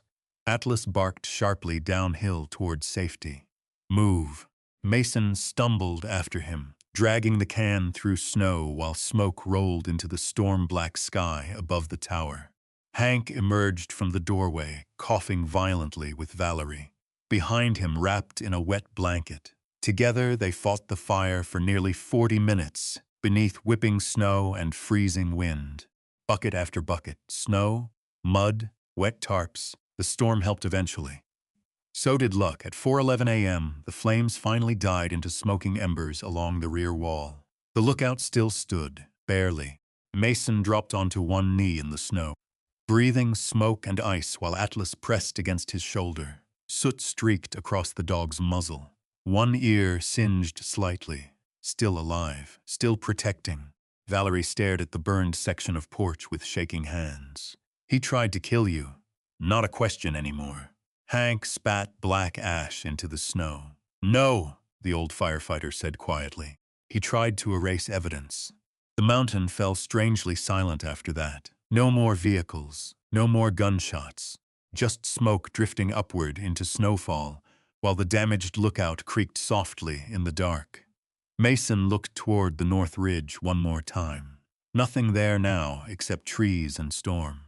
But Atlas kept staring anyway, because somewhere beyond those woods, the people hunting the records had just crossed a line they couldn't uncross anymore. By sunrise, the mountain looked wounded. Smoke drifted low through the pines around Schultz Creek, mixing with ground fog and melting snow. The burned side of the lookout steamed quietly in the cold morning light, while thin sheets of ice slid from the roof, one crack at a time. The place smelled like wet ash and diesel. Mason stood outside with a pry bar in one hand staring at the blackened porch rail where the fire had nearly climbed into the main tower. His right shoulder ached from hauling water buckets through the storm. The old injury, near his collarbone, had stiffened overnight again. Atlas limped beside him carefully. The singed fur around the dog's ear looked worse in daylight. Still alert, though, always alert. At 7:42 a.m., Hank backed his old red Chevy Silverado into the clearing carrying plywood, and 2 dented coffee thermoses from Macy's Coffee House down near Beaver Street. "Figured you weren't leaving," Hank said. "Mason took 1 thermos, never crossed my mind." Hank smirked once. "Good." They spent the next hour patching the damaged wall before the next storm system rolled in from Utah. Wind pushed hard through the ridge all morning. Every few minutes Atlas stopped what he was doing and looked toward the northern tree line again. Watching Mason noticed every time. At 9:13 a.m., Valerie finally emerged from inside the tower carrying one of Mason's old marine duffel bags. "I found these upstairs." Mason glanced over. Inside the bag sat old deployment photos, discharge papers, prescription bottles, and a folded American flag sealed in plastic. Valerie brushed ash off the corner quietly. "I didn't know you still had Mom's hospital bills." Mason took the folder from her without answering. The final page still showed the amount in faded print, $14,603.22. Flagstaff Medical Center, room 214. 3 months before she died, he folded it shut again. Fast. Valerie looked away first. Atlas moved closer to Mason's leg. Not protective this time. Grounding. Hank climbed down from the ladder and wiped sweat from his beard despite the cold. "You call county fire yet?" "No. You should." Mason stared toward the trees again. "They'll file reports." He adjusted the plywood sheet against the railing. Reports become attention. Attention might help. Attention gets people killed. Hank didn't argue with that one. Around 10:06 a.m., another truck appeared climbing slowly through the snow-packed road toward the lookout.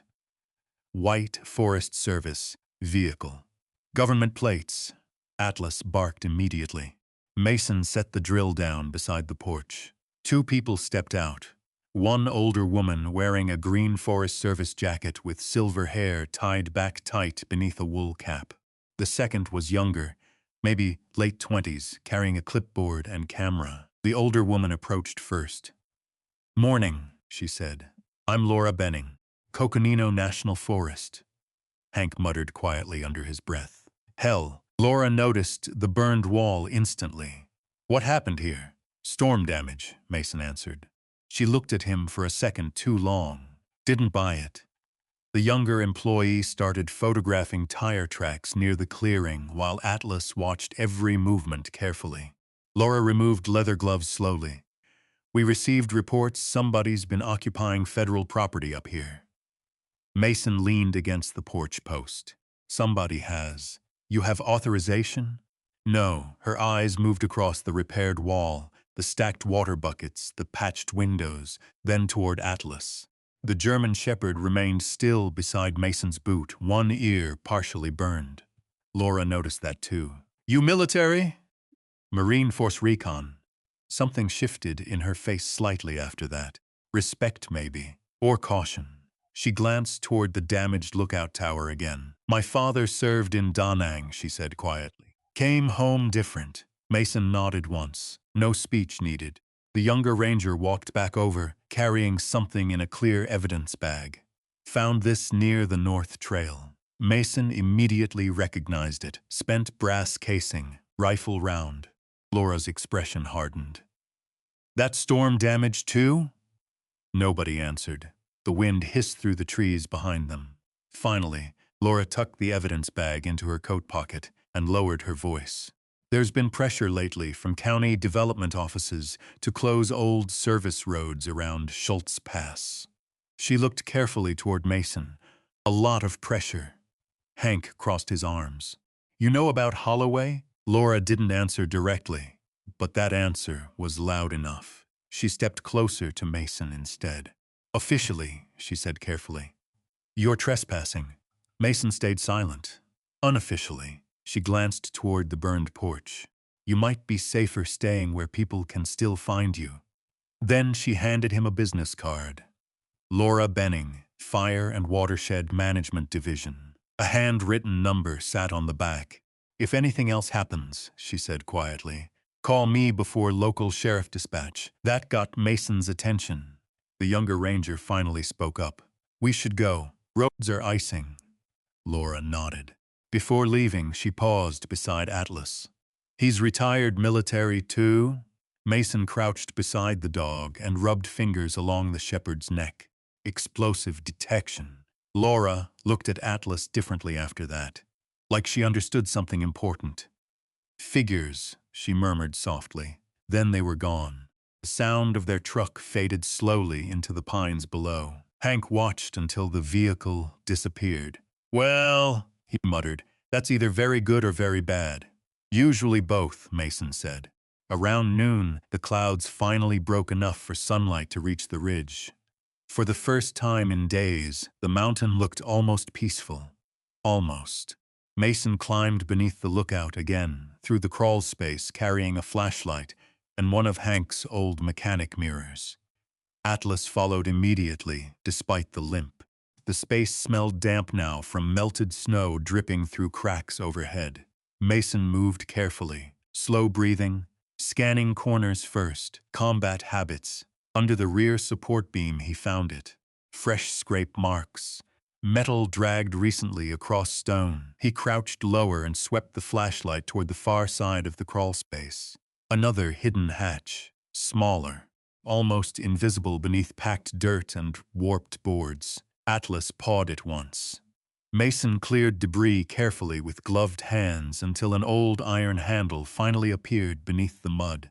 His pulse slowed automatically. Tunnel access. He lifted the hatch. Cold air rushed upward, carrying deep earth smell and stale posture. Narrow ladder rungs disappeared into darkness below. Hank stared over his shoulder. Well, I'll be damned. The shaft descended maybe 15 feet into volcanic rock. Old engineering tunnel, exactly like the survey maps showed. Mason shined the flashlight downward. Concrete walls, rusty pipes, and footprints. Recent ones. Somebody had been using the tunnels. A distant metallic clang echoed faintly from somewhere deeper underground. Everybody froze. Atlas growled instantly. Low, focused. Mason switched the flashlight off immediately. Darkness swallowed the shaft. Then came another sound. Footsteps, very faint, far below them, not imagination. Mason motioned silently. Hank backed away from the hatch while Mason reached for the pistol tucked behind his belt. Atlas remained fixed toward the darkness beneath them. Listening, the footsteps stopped. Complete silence followed, long enough to make breathing sound too loud. Then, a door slammed somewhere deep underground, echoing through the tunnel system. Mason waited another full minute before switching the flashlight back on. Nothing visible below now. Only the narrow tunnel disappearing into black rock beneath the mountain. Hank whispered first.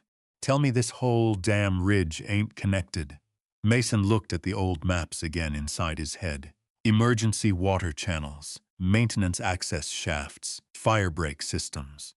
Miles of forgotten infrastructure beneath the forest. Connected enough, he said quietly. Atlas suddenly pulled backward from the shaft and barked sharply toward the trees outside. Not the tunnel. Outside, Mason climbed out fast. The moment he reached daylight, he saw it. Drone. Small black quadcopter hovering above the tree line maybe 80 yards north of the lookout. Tiny red, blinking light beneath it, watching them, recording. The thing hovered only a few seconds longer before banging hard and disappearing through the trees downhill. Gone. Hank cursed immediately. Valerie stepped onto the porch, pale-faced. What was that? Eyes, Mason answered. Atlas barked furiously toward the forest long after the drone vanished. Mason looked down toward the road winding through Schultz Pass below the ridge. Sunlight reflected off distant snowbanks between the trees. Somewhere out there, Somebody already knew they'd found the tunnels. And next time, they probably wouldn't send cameras first. That realization settled over the lookout harder than the cold. Nobody talked much after the drone disappeared. Hank finished hammering the last plywood sheet into place while keeping one eye on the ridgeline. Valerie stayed inside near the lantern, arms folded tight across her chest, as if the mountain itself had started listening to private conversations. Atlas never stopped pacing. At 2:24 p.m., Mason spread the old tunnel maps across the table beneath the lookout window. The paper smelled like mildew and smoke now. Thin blue lines crossed beneath Schultz Pass and curved west toward Dry Lake Hills. Emergency runoff channels, fire control reservoirs, maintenance tunnels, infrastructure the county forgot existed, or pretended to forget. Hank leaned over the table slowly. You think Derek knows all this? Mason tapped one section near a faded government stamp, dated May 17, 1987. He knows enough. Valerie looked up sharply from the stove. You don't know that. Mason didn't answer immediately. Outside, wind rattled the patched radio tower overhead with a loose metallic hum that sounded too much like rotor blades. His fingers tightened around the coffee mug automatically. Afghanistan had trained certain sounds into bone. The body remembers first, then the mind catches up later. Mason's exhaled slowly through his nose and focused back on the map. Derek bought survey rights near Schultz Pass 18 months ago, he said quietly. No contractor spends that kind of money unless somebody promised him bigger returns. Valerie stared at the floorboards. He said it was a ski expansion project. Bullshit. Hank said it flat. No anger, just certainty. The old firefighter pointed toward the tunnel routes. Those lines feed emergency groundwater toward half this ridge. He glanced at Valerie. If somebody sealed these tunnels for private development, response times during wildfire season go straight to hell.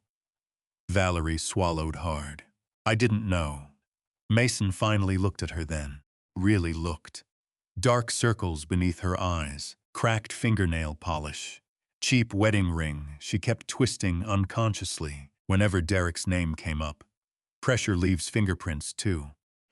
At 3:11 p.m., Mason stepped outside with Atlas to check the north perimeter.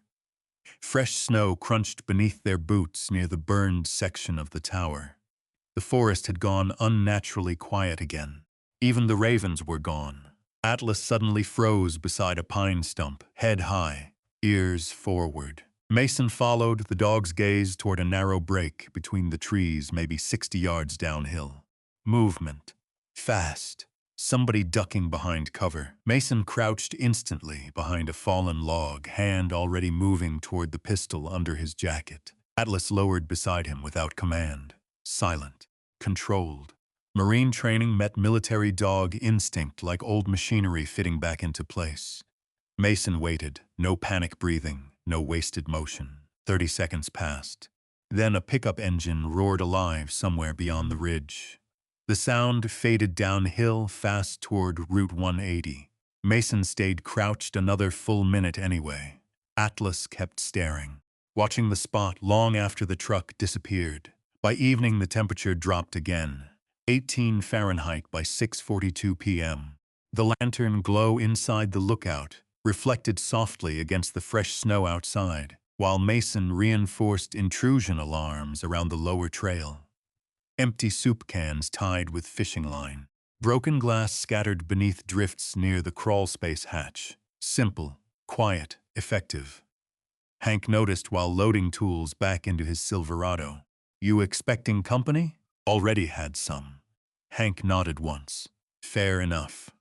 Before leaving, the old firefighter handed Mason a small black handheld radio with duct tape around the antenna. Channel 4 reaches my place if weather stays clear. Hank shoved both hands into his coat pockets. And Mason? Yeah, you ever hear 3 clicks before voices? Hank paused. That'll be me. Mason blinked once. Combat field authentication. Old school. He nodded slowly. Copy. Hank gave Atlas one scratch behind the ear before climbing into the truck. Then he was gone.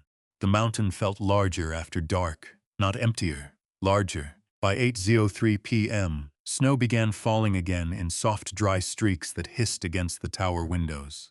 Valerie had fallen asleep, wrapped in blankets near the heater, while Atlas lay beside the door, watching shadows move across the clearing. Mason couldn't settle, not after the drone, not after the footprints. He sat alone upstairs in the old observation room, cleaning the pistol beneath weak lantern light while the mountain breathed outside. Click, slide rack, check chamber. Routine keeps the ghosts organized. At 8:47 p.m., the radio crackled once unexpectedly. Static burst, then silence. Mason looked up immediately. Atlas did too downstairs, another crackle. Mason reached for the handset, slowly. Go, only static answered. Then, 3 soft clicks. Mason's eyes narrowed. Not Hank, wrong rhythm. The line stayed open several seconds longer before disconnecting completely. Atlas barked sharply downstairs. Mason stood immediately and killed the lantern upstairs in one motion. Darkness swallowed the tower. Outside, snow drifted sideways through the trees beneath moonlight. Then came the sound. Crunch, boots close. Mason moved downstairs without turning lights back on. Atlas already stood near the door, rigid and low, lips peeled slightly back from his teeth. Another crunch outside, right beside the porch now. Mason motioned silently toward the rear corner. Atlas moved instantly. The dog disappeared into shadow without a sound. Mason stayed beside the wall near the window slit, pistol angled low, waiting. The porch creaked once under weight. Then came a voice through the storm. Open up, Marine, Derek? Mason didn't move. Another creak. You know I can see your truck. Still silence. Derek laughed softly outside. That dog gonna bite me again? Atlas growled somewhere inside the darkness. Low and dangerous. Derek kept talking anyway. I came alone, Mason finally answered. That's the first lie. Snow tapped lightly against the windows. Derek sighed outside like a man, already tired of patience. You found something under this mountain? Not a question. Mason watched the shadow near the porch window carefully. Derek stepped slightly into view outside beneath the weak motion light mounted near the tower stairs. Expensive winter coat. Clean boots. No visible weapon. That meant nothing. Men like Derek hired distance between themselves and violence. I'm trying to help you, Derek called.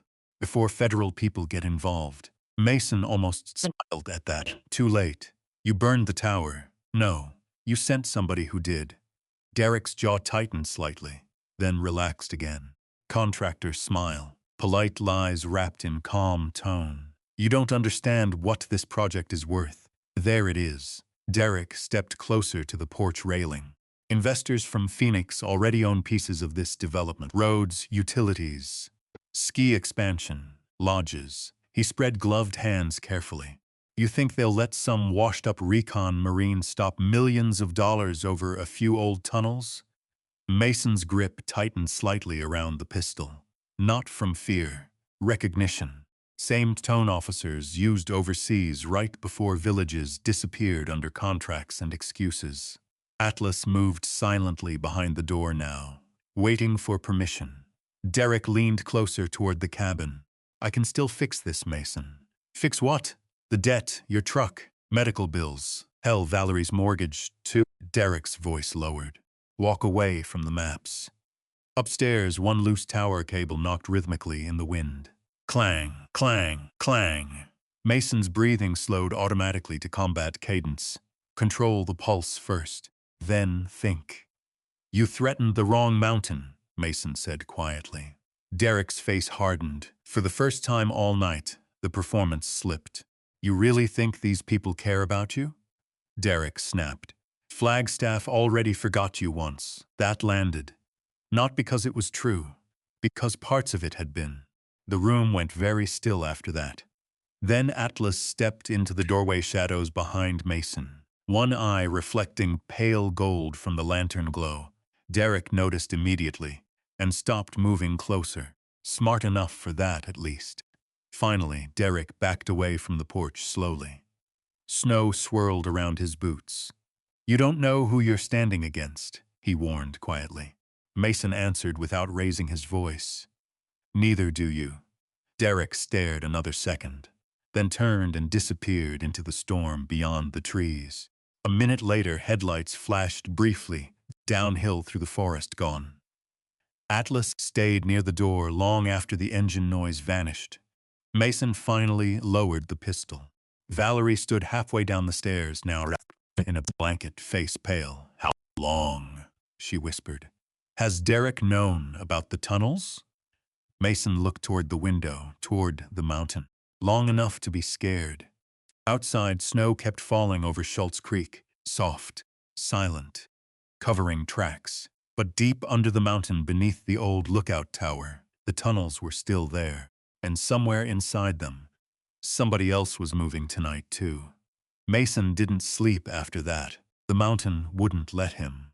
At 1:18 a.m., wind pushed against the tower hard enough to rattle the patched windows, while thin snow slid from the roof in soft avalanches. The lantern downstairs burned low beside the stove. Valerie slept curled beneath 2 wool blankets on the couch, one hand still gripping the old family photo she'd found upstairs earlier. Atlas remained awake. Of course he did. The German shepherd sat near the crawlspace hatch with his ears angled toward the floorboards, tracking sounds too faint for normal people to hear. Mason crouched beside him quietly. You hear it again? Atlas stared downward. Then came the sound, very faint. Metal against concrete. Clink, pause. Clink, somebody moving equipment underground. Mason grabbed the flashlight immediately and clipped Hank's radio onto his jacket. His pulse slowed automatically the way it always had before entering structures overseas. Control breathing. Check exits. Identify choke points. He looked toward Valerie. Still asleep. Good. Mason slipped the pistol into the small of his back and opened the hatch carefully while Atlas moved ahead without command. Cold air drifted upward from the shaft again, carrying damp earth smell and something new beneath it.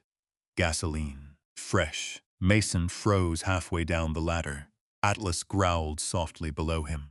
The tunnel opened into darkness wide enough for maintenance carts once upon a time. Concrete walls sweated moisture beneath old rusted pipes.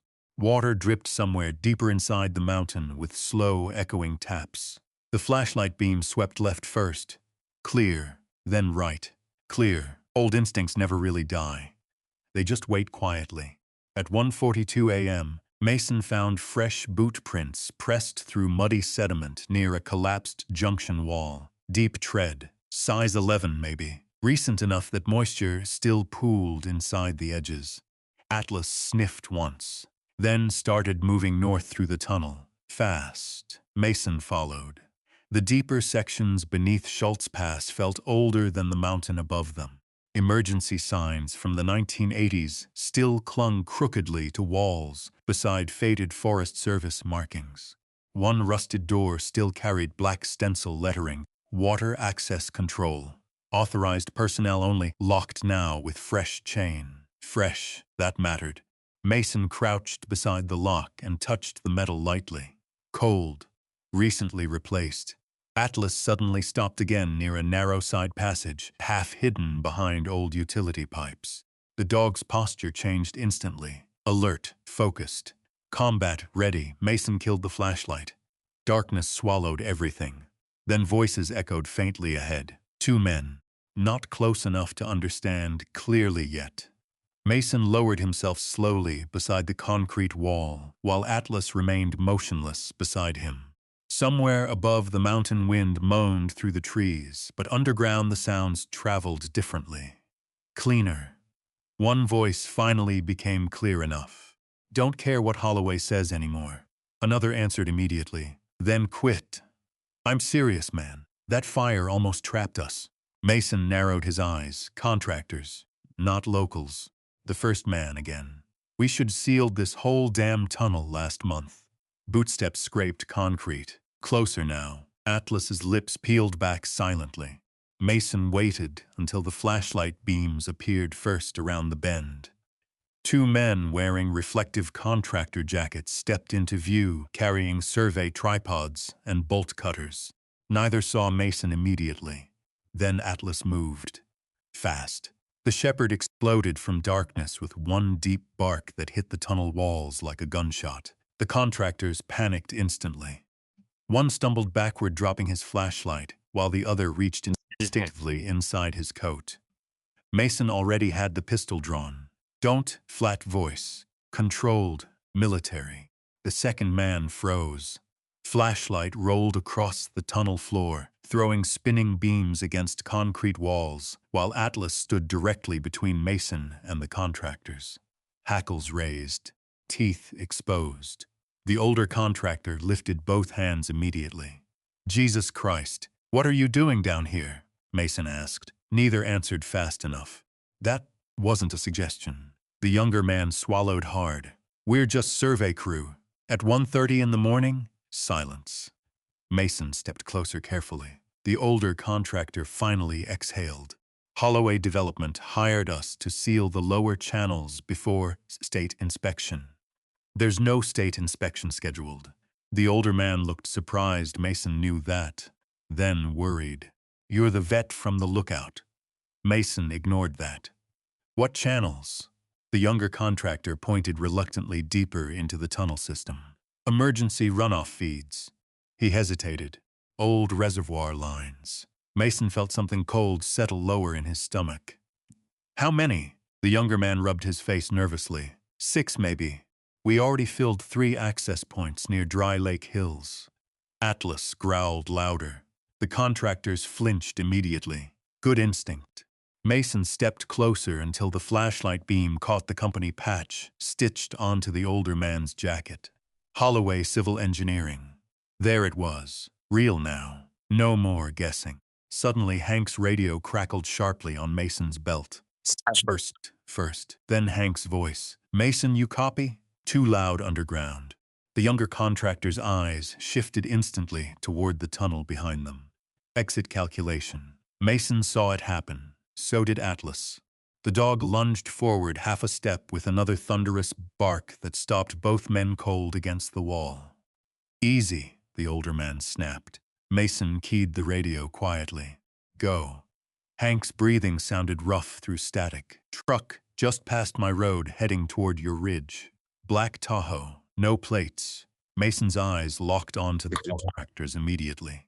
Neither looked surprised enough. That told him everything. How long? Mason asked. 5 minutes, maybe. Mason swore softly. The younger contractor suddenly spoke fast. We didn't know they were gonna burn the tower, man. Silence hit hard after that. Even the dripping water seemed to stop. Mason stared at him carefully. You just admitted conspiracy to arson. The younger man realized it immediately, too late.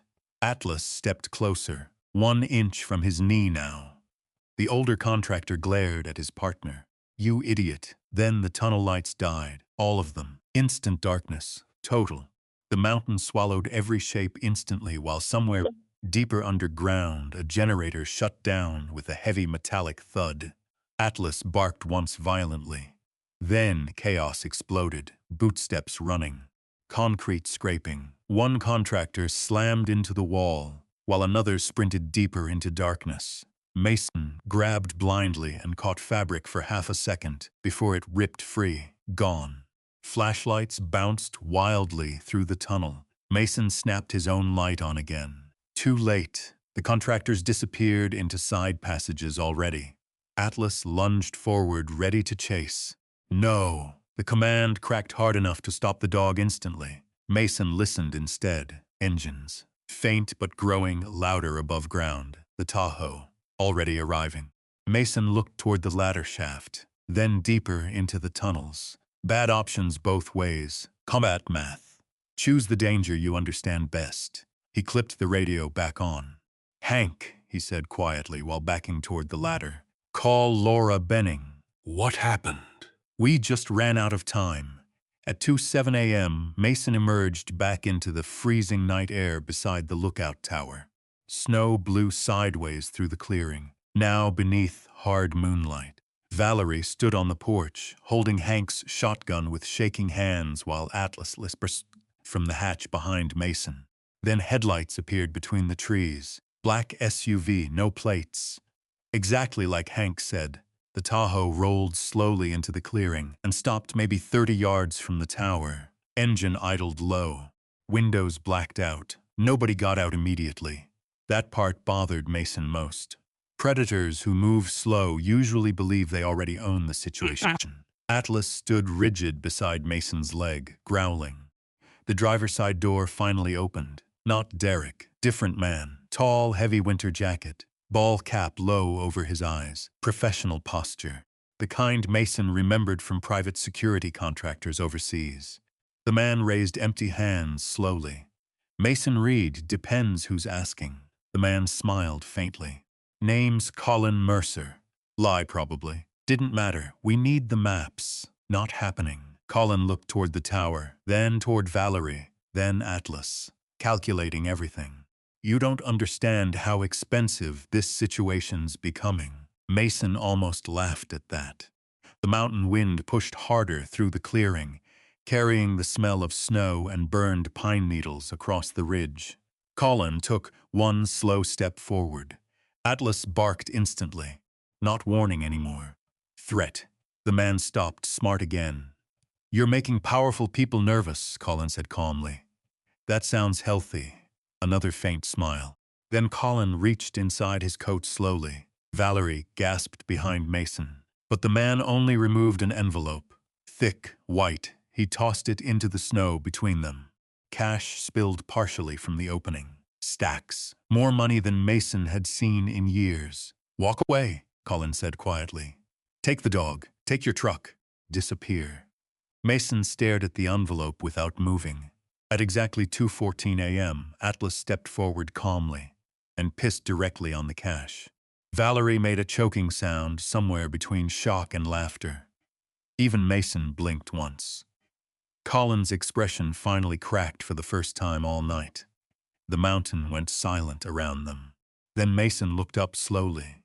We're done here. Colin stared at Atlas another second, then nodded once like a man revising calculations. You were easier to kill overseas, he said quietly. That landed colder than the snow.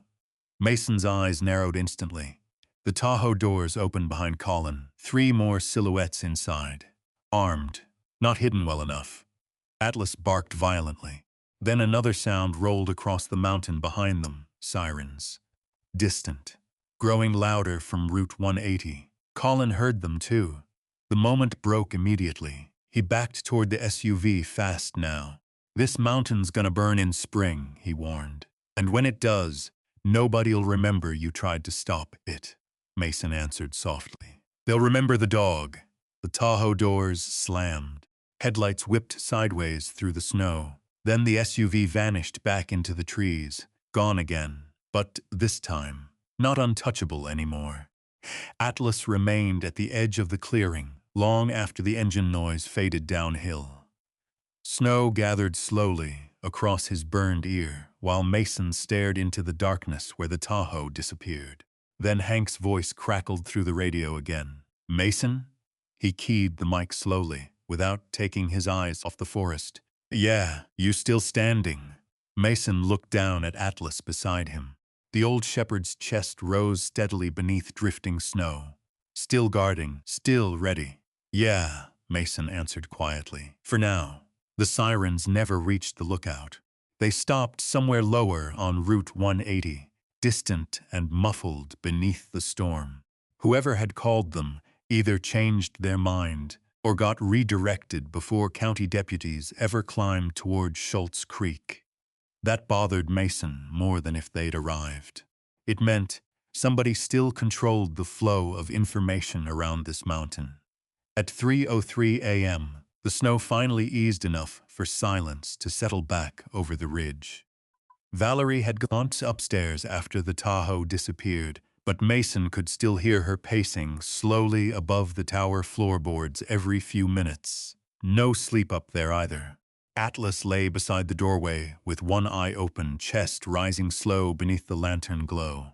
The shepherd looked exhausted now, Burn scar near the ear, old scar near the rear leg.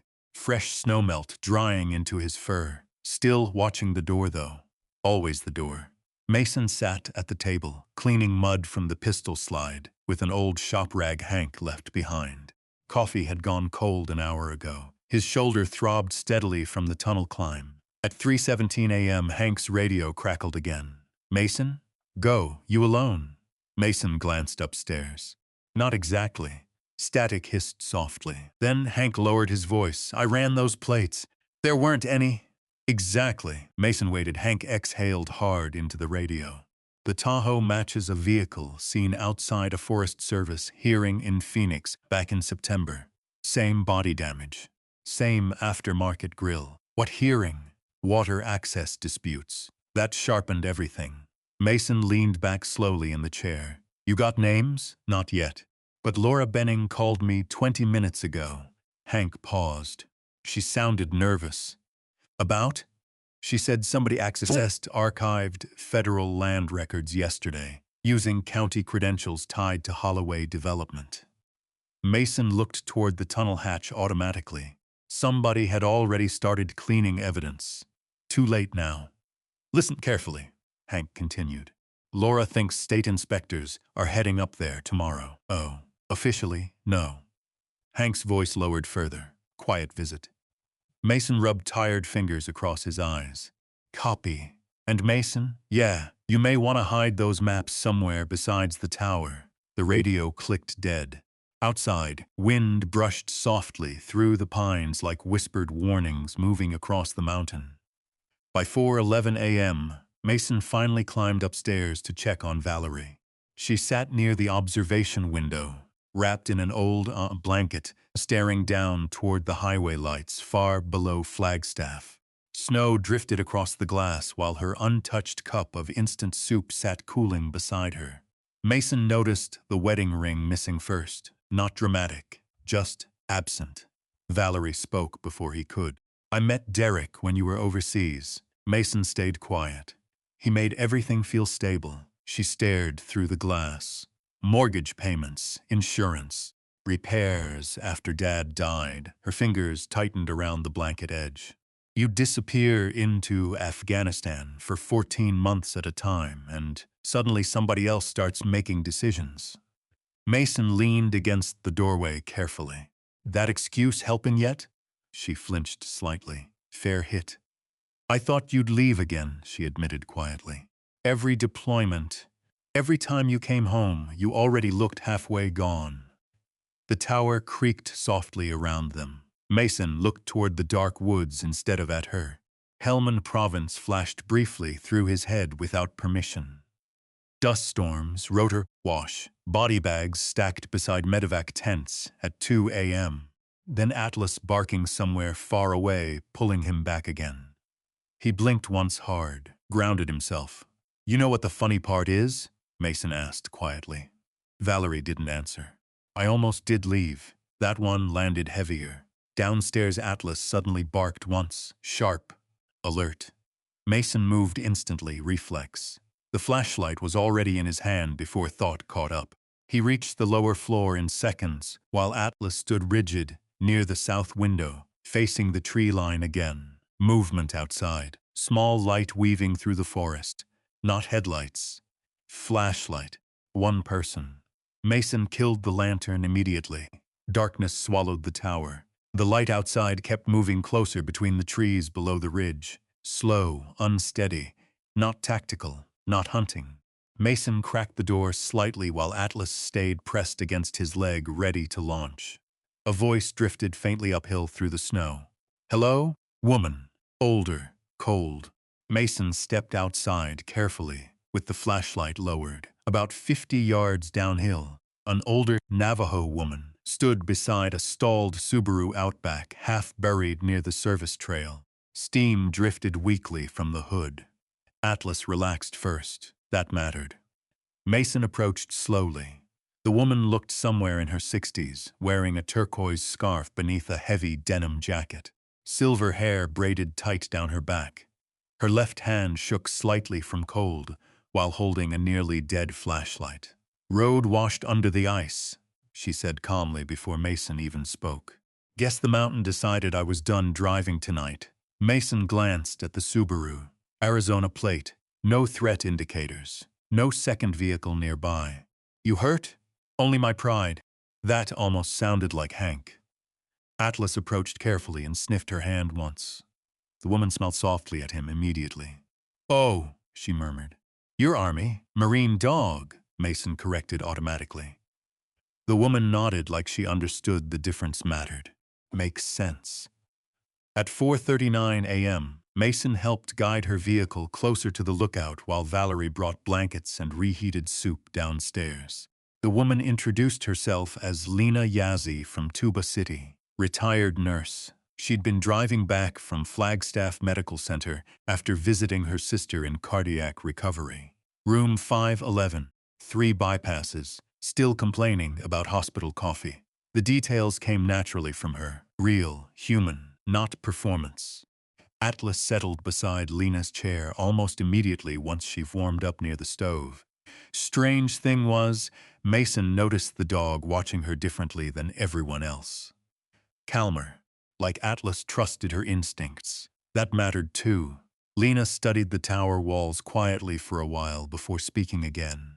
This place used to matter. Mason looked up sharply. You know the lookout?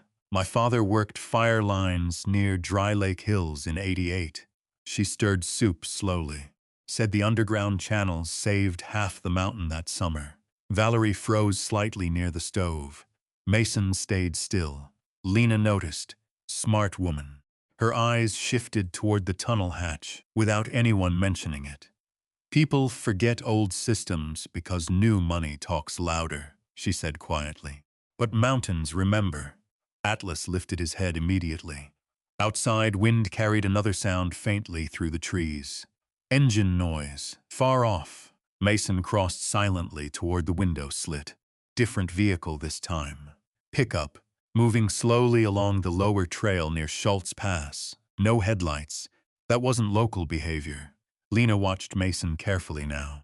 You have trouble coming. Mason almost smiled at how plainly she said it. Already here. The truck engine idled briefly below the ridge before cutting out completely. Silence followed. Then Atlas stood. Every hair along his back rose instantly. Not fear, recognition. Mason's pulse slowed automatically. Contact incoming, he moved fast now. Killed the stove light, checked the pistol. Positioned Valerie behind the support wall beside the stairs. Lena remained seated surprisingly calm, while Atlas stared toward the door. Then came the sound. Footsteps in snow, multiple, crunch. Crunch, stopping just outside the tower. Nobody knocked. That part felt worse. Mason watched shadows move beneath the door crack, while his breathing settled into old operational rhythm. Again. Hold. Clear. Then a voice called out softly from outside. Not Derek this time. Laura Benning. Mason? Atlas barked once uncertainly. Mason opened the door carefully. Laura stood outside, breathing hard, beside 2 state forestry vehicles, half hidden in darkness behind the trees. Snow covered her shoulders and cap. Another man stood beside her wearing Arizona Department of Forestry patches. And behind them, 3 firefighters carrying equipment cases. Laura stepped inside quickly. We need to move now. Mason frowned immediately. What happened? Laura looked toward the tunnel hatch, then toward the mountain beyond the windows. Satellite heat signatures picked up active excavation equipment under Schultz Pass 40 minutes ago. Her voice lowered. They're trying to collapse sections of the underground channels before sunrise. Valerie stared at her. You can't just destroy federal water systems. Laura gave a humorless laugh. You'd be amazed what people try before inspectors arrive. The firefighter behind her unrolled maps onto the table quickly. Mason recognized the routes immediately. Tunnel intersections. Reservoir feeds. One location circled heavily in red marker. Dry Lake Junction. Laura pointed directly at it. If they seal this node, she said quietly, half the emergency runoff system dies before wildfire season. Silence hit the room hard. Then Lena Yazzie spoke softly from near the stove. "They're not hiding evidence anymore." Nobody answered her, because she was right. They were destroying it. Atlas suddenly barked again toward the windows. Headlights appeared through the trees below, several this time, moving fast uphill toward the tower. Too many, the firefighters turned instantly. Laura swore under her breath. Mason already had the maps rolled in his hand. Outside, engines roared louder, climbing through the snow toward the lookout, and somewhere beneath the mountain, the old tunnels were running out of time. At 4:52 a.m., the first truck broke through the tree line below the lookout. Not county, not Forest Service, black Ford Super Duty, lifted suspension. Snow chains rattling hard over the frozen trail. Another pickup followed close behind with construction lights mounted above the cab. No logos, no plates visible from this distance. Mason didn't waste time asking questions anymore. "They're moving on the south grade," he said. The firefighters at the table reacted immediately. One started packing thermal scanners while another folded the topographic maps fast enough to tear one corner clean off. Laura Benning looked pale now, more than cold. "They shouldn't even know we're here." "They've known for days," Mason answered. Atlas growled low near the doorway. The shepherd's ears pinned forward hard. The second, another set of headlights flickered through the pines farther west. 2 approaches. Not random. The old instinct settled into Mason's body before he consciously accepted it. His breathing slowed, vision narrowed. He checked exits automatically. Stair angles, window coverage, dead space near the ridge, AO awareness. Same thing Hellman taught him years ago. Stay alive long enough to think. Valerie noticed the change in him first. Not anger, not panic, combat. "Mason," she whispered carefully. But he was already moving. "Kill every visible light," he ordered. One of the firefighters hesitated. Laura snapped immediately. "Do it." Darkness swallowed the tower again except for weak moon glow filtering through blowing snow. Outside, engines kept climbing slowly toward the ridge road, not rushing. That bothered Mason more. Professionals moved slow when they already believed they owned the ground. At 4:57 a.m., the radio clipped to one firefighter's vest suddenly crackled.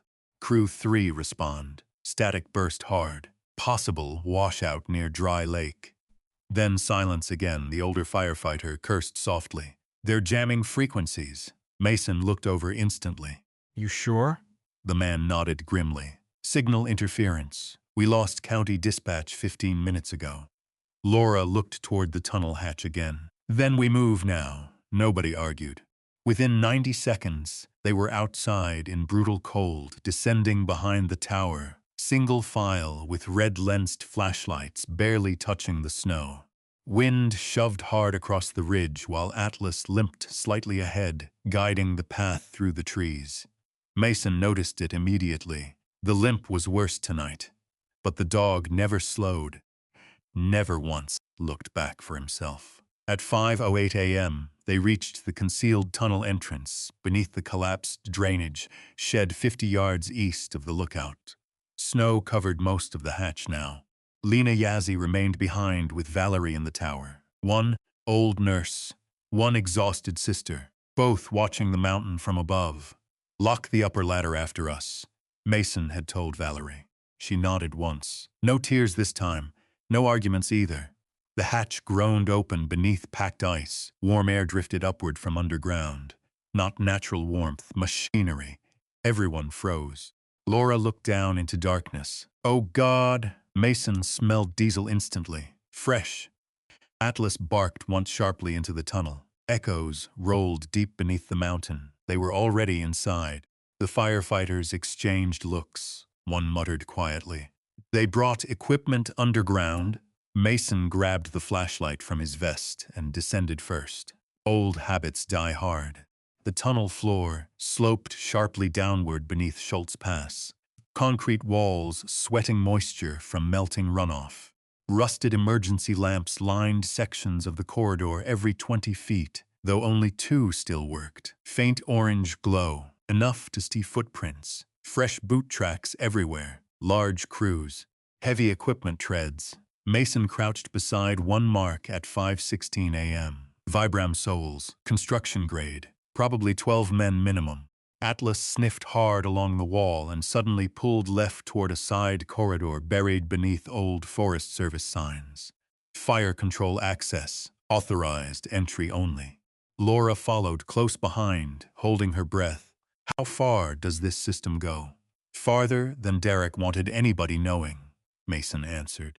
The deeper they moved underground, the louder the distant machinery became. Metal grinding, hydraulic pressure, concrete cracking. The mountain itself almost sounded sick. At one intersection, they found fresh demolition charges already wired into the tunnel supports. Commercial grade, red blasting caps taped clean along structural beams. One firefighter swore loudly. If these blow, the runoff system collapses straight into the lower basin. How bad? Laura asked. The firefighter looked sick. Worst wildfire season in 20 years. Nobody spoke after that. The tunnel narrowed ahead into an older stone section reinforced decades earlier, with timber beams blackened from age. Atlas stopped abruptly there, rigid, listening. Mason raised one fist immediately. Everyone halted, somewhere ahead, voices, muffled. 3 men minimum. Mason killed his flashlight instantly and moved forward alone through darkness while the others stayed back. Atlas remained glued to his side despite the injured leg. At the corner, Mason lowered carefully just enough to see. 3 contractors, 1 excavator, portable floodlights, and Derek Holloway standing beside rolled engineering plans wearing a heavy Carhartt coat dusted with snow. Close enough now to hear him clearly. "Seal this corridor first," Derek barked. "I don't care if the state files show drainage impact." One worker hesitated. "There's federal water routing under this section." Derek stepped closer. "Not by sunrise, there won't be." Mason's jaw tightened slowly. Atlas growled under his breath. Tiny sound, too late. One worker turned instantly. "What the hell?" Mason moved before the sentence finished. Fast, forward pressure. He slammed the first man into the concrete wall, hard enough to drop him unconscious instantly, while Atlas launched at the second contractor, driving him backward into stacked tool crates. Chaos exploded underground. Floodlights swung wildly. Derek stumbled backward, shouting something Mason didn't fully hear over the roar of adrenaline and tunnel echoes. Third contractor reached for something near his belt. Mason hit him low and hard. Combat reflex, no hesitation left anymore. The excavator engine screamed louder as Atlas pinned the second man snarling inches from his throat. Tools clattered across wet concrete while Laura and the firefighters rushed into the chamber behind them. "Kill the charges!"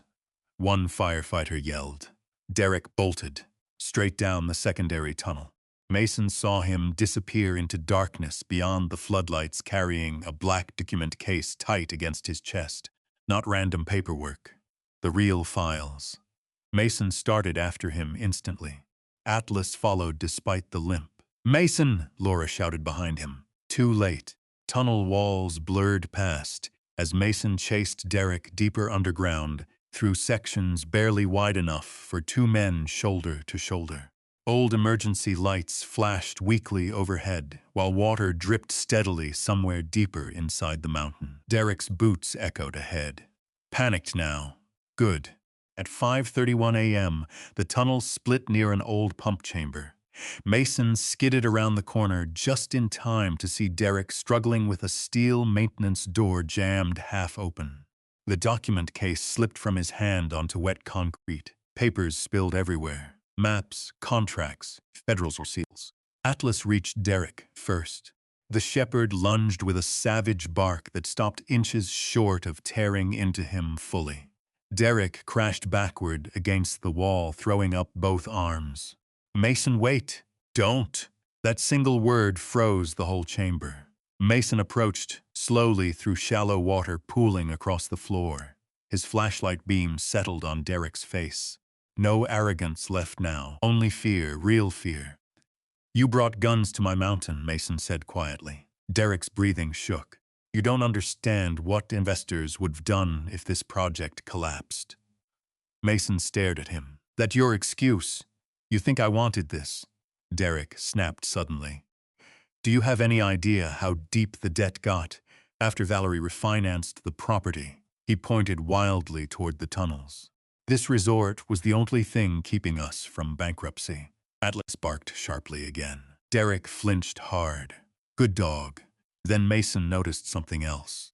The maintenance door behind Derek wasn't fully closed because debris blocked it from ceiling. Fresh debris, broken concrete, and beneath it, smoke. Thin at first, then thicker.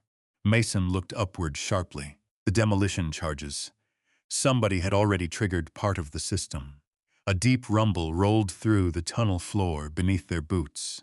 Not close, but coming. The mountain had started moving. Laura's voice crackled faintly through the tunnel radio behind them. Mason, we've got partial collapse near Junction 3. Dust drifted from overhead beams. Atlas backed away from the door, growling hard now. Then came another sound. Water, fast, rushing somewhere beneath the concrete. Derek finally heard it too, his face drained completely. What did they do? Mason grabbed the document case with one hand while hauling Derek upright with the other. No more running. Another violent tremor shook the tunnel. Concrete cracked overhead, and somewhere far above them, the first hint of dawn touched the mountains outside Flagstaff. But underground, the whole system was starting to break apart. And maybe that was the strange thing about people too. Sometimes a man can survive war, loss, cold winters, and years of sleeping with one eye open, only to be saved by the one creature that never stopped waiting beside him. In the end, it wasn't the tunnels people remembered most. It was the light, that old beacon glowing through snow over Flagstaff, and an aging German shepherd lying beside the door while a tired Marine finally slept without reaching for a flashlight. Quiet things matter like that. A lot of people look at someone broken by life and decide they're finished, too damaged, too difficult, too far gone to trust again. But dignity doesn't disappear just because someone carries scars. Sometimes the people who hurt the deepest are the same ones who still run toward danger when everybody else backs away. And sometimes healing doesn't come loud. Sometimes it looks like a warm cabin, a light left on for strangers, a dog refusing to leave his best friend behind. That's how communities survive, not through pity, through respect. If this story made you believe that every person deserves to be seen with dignity, comment 1 below. And if you want more stories like this, subscribe and stay with us for the next one.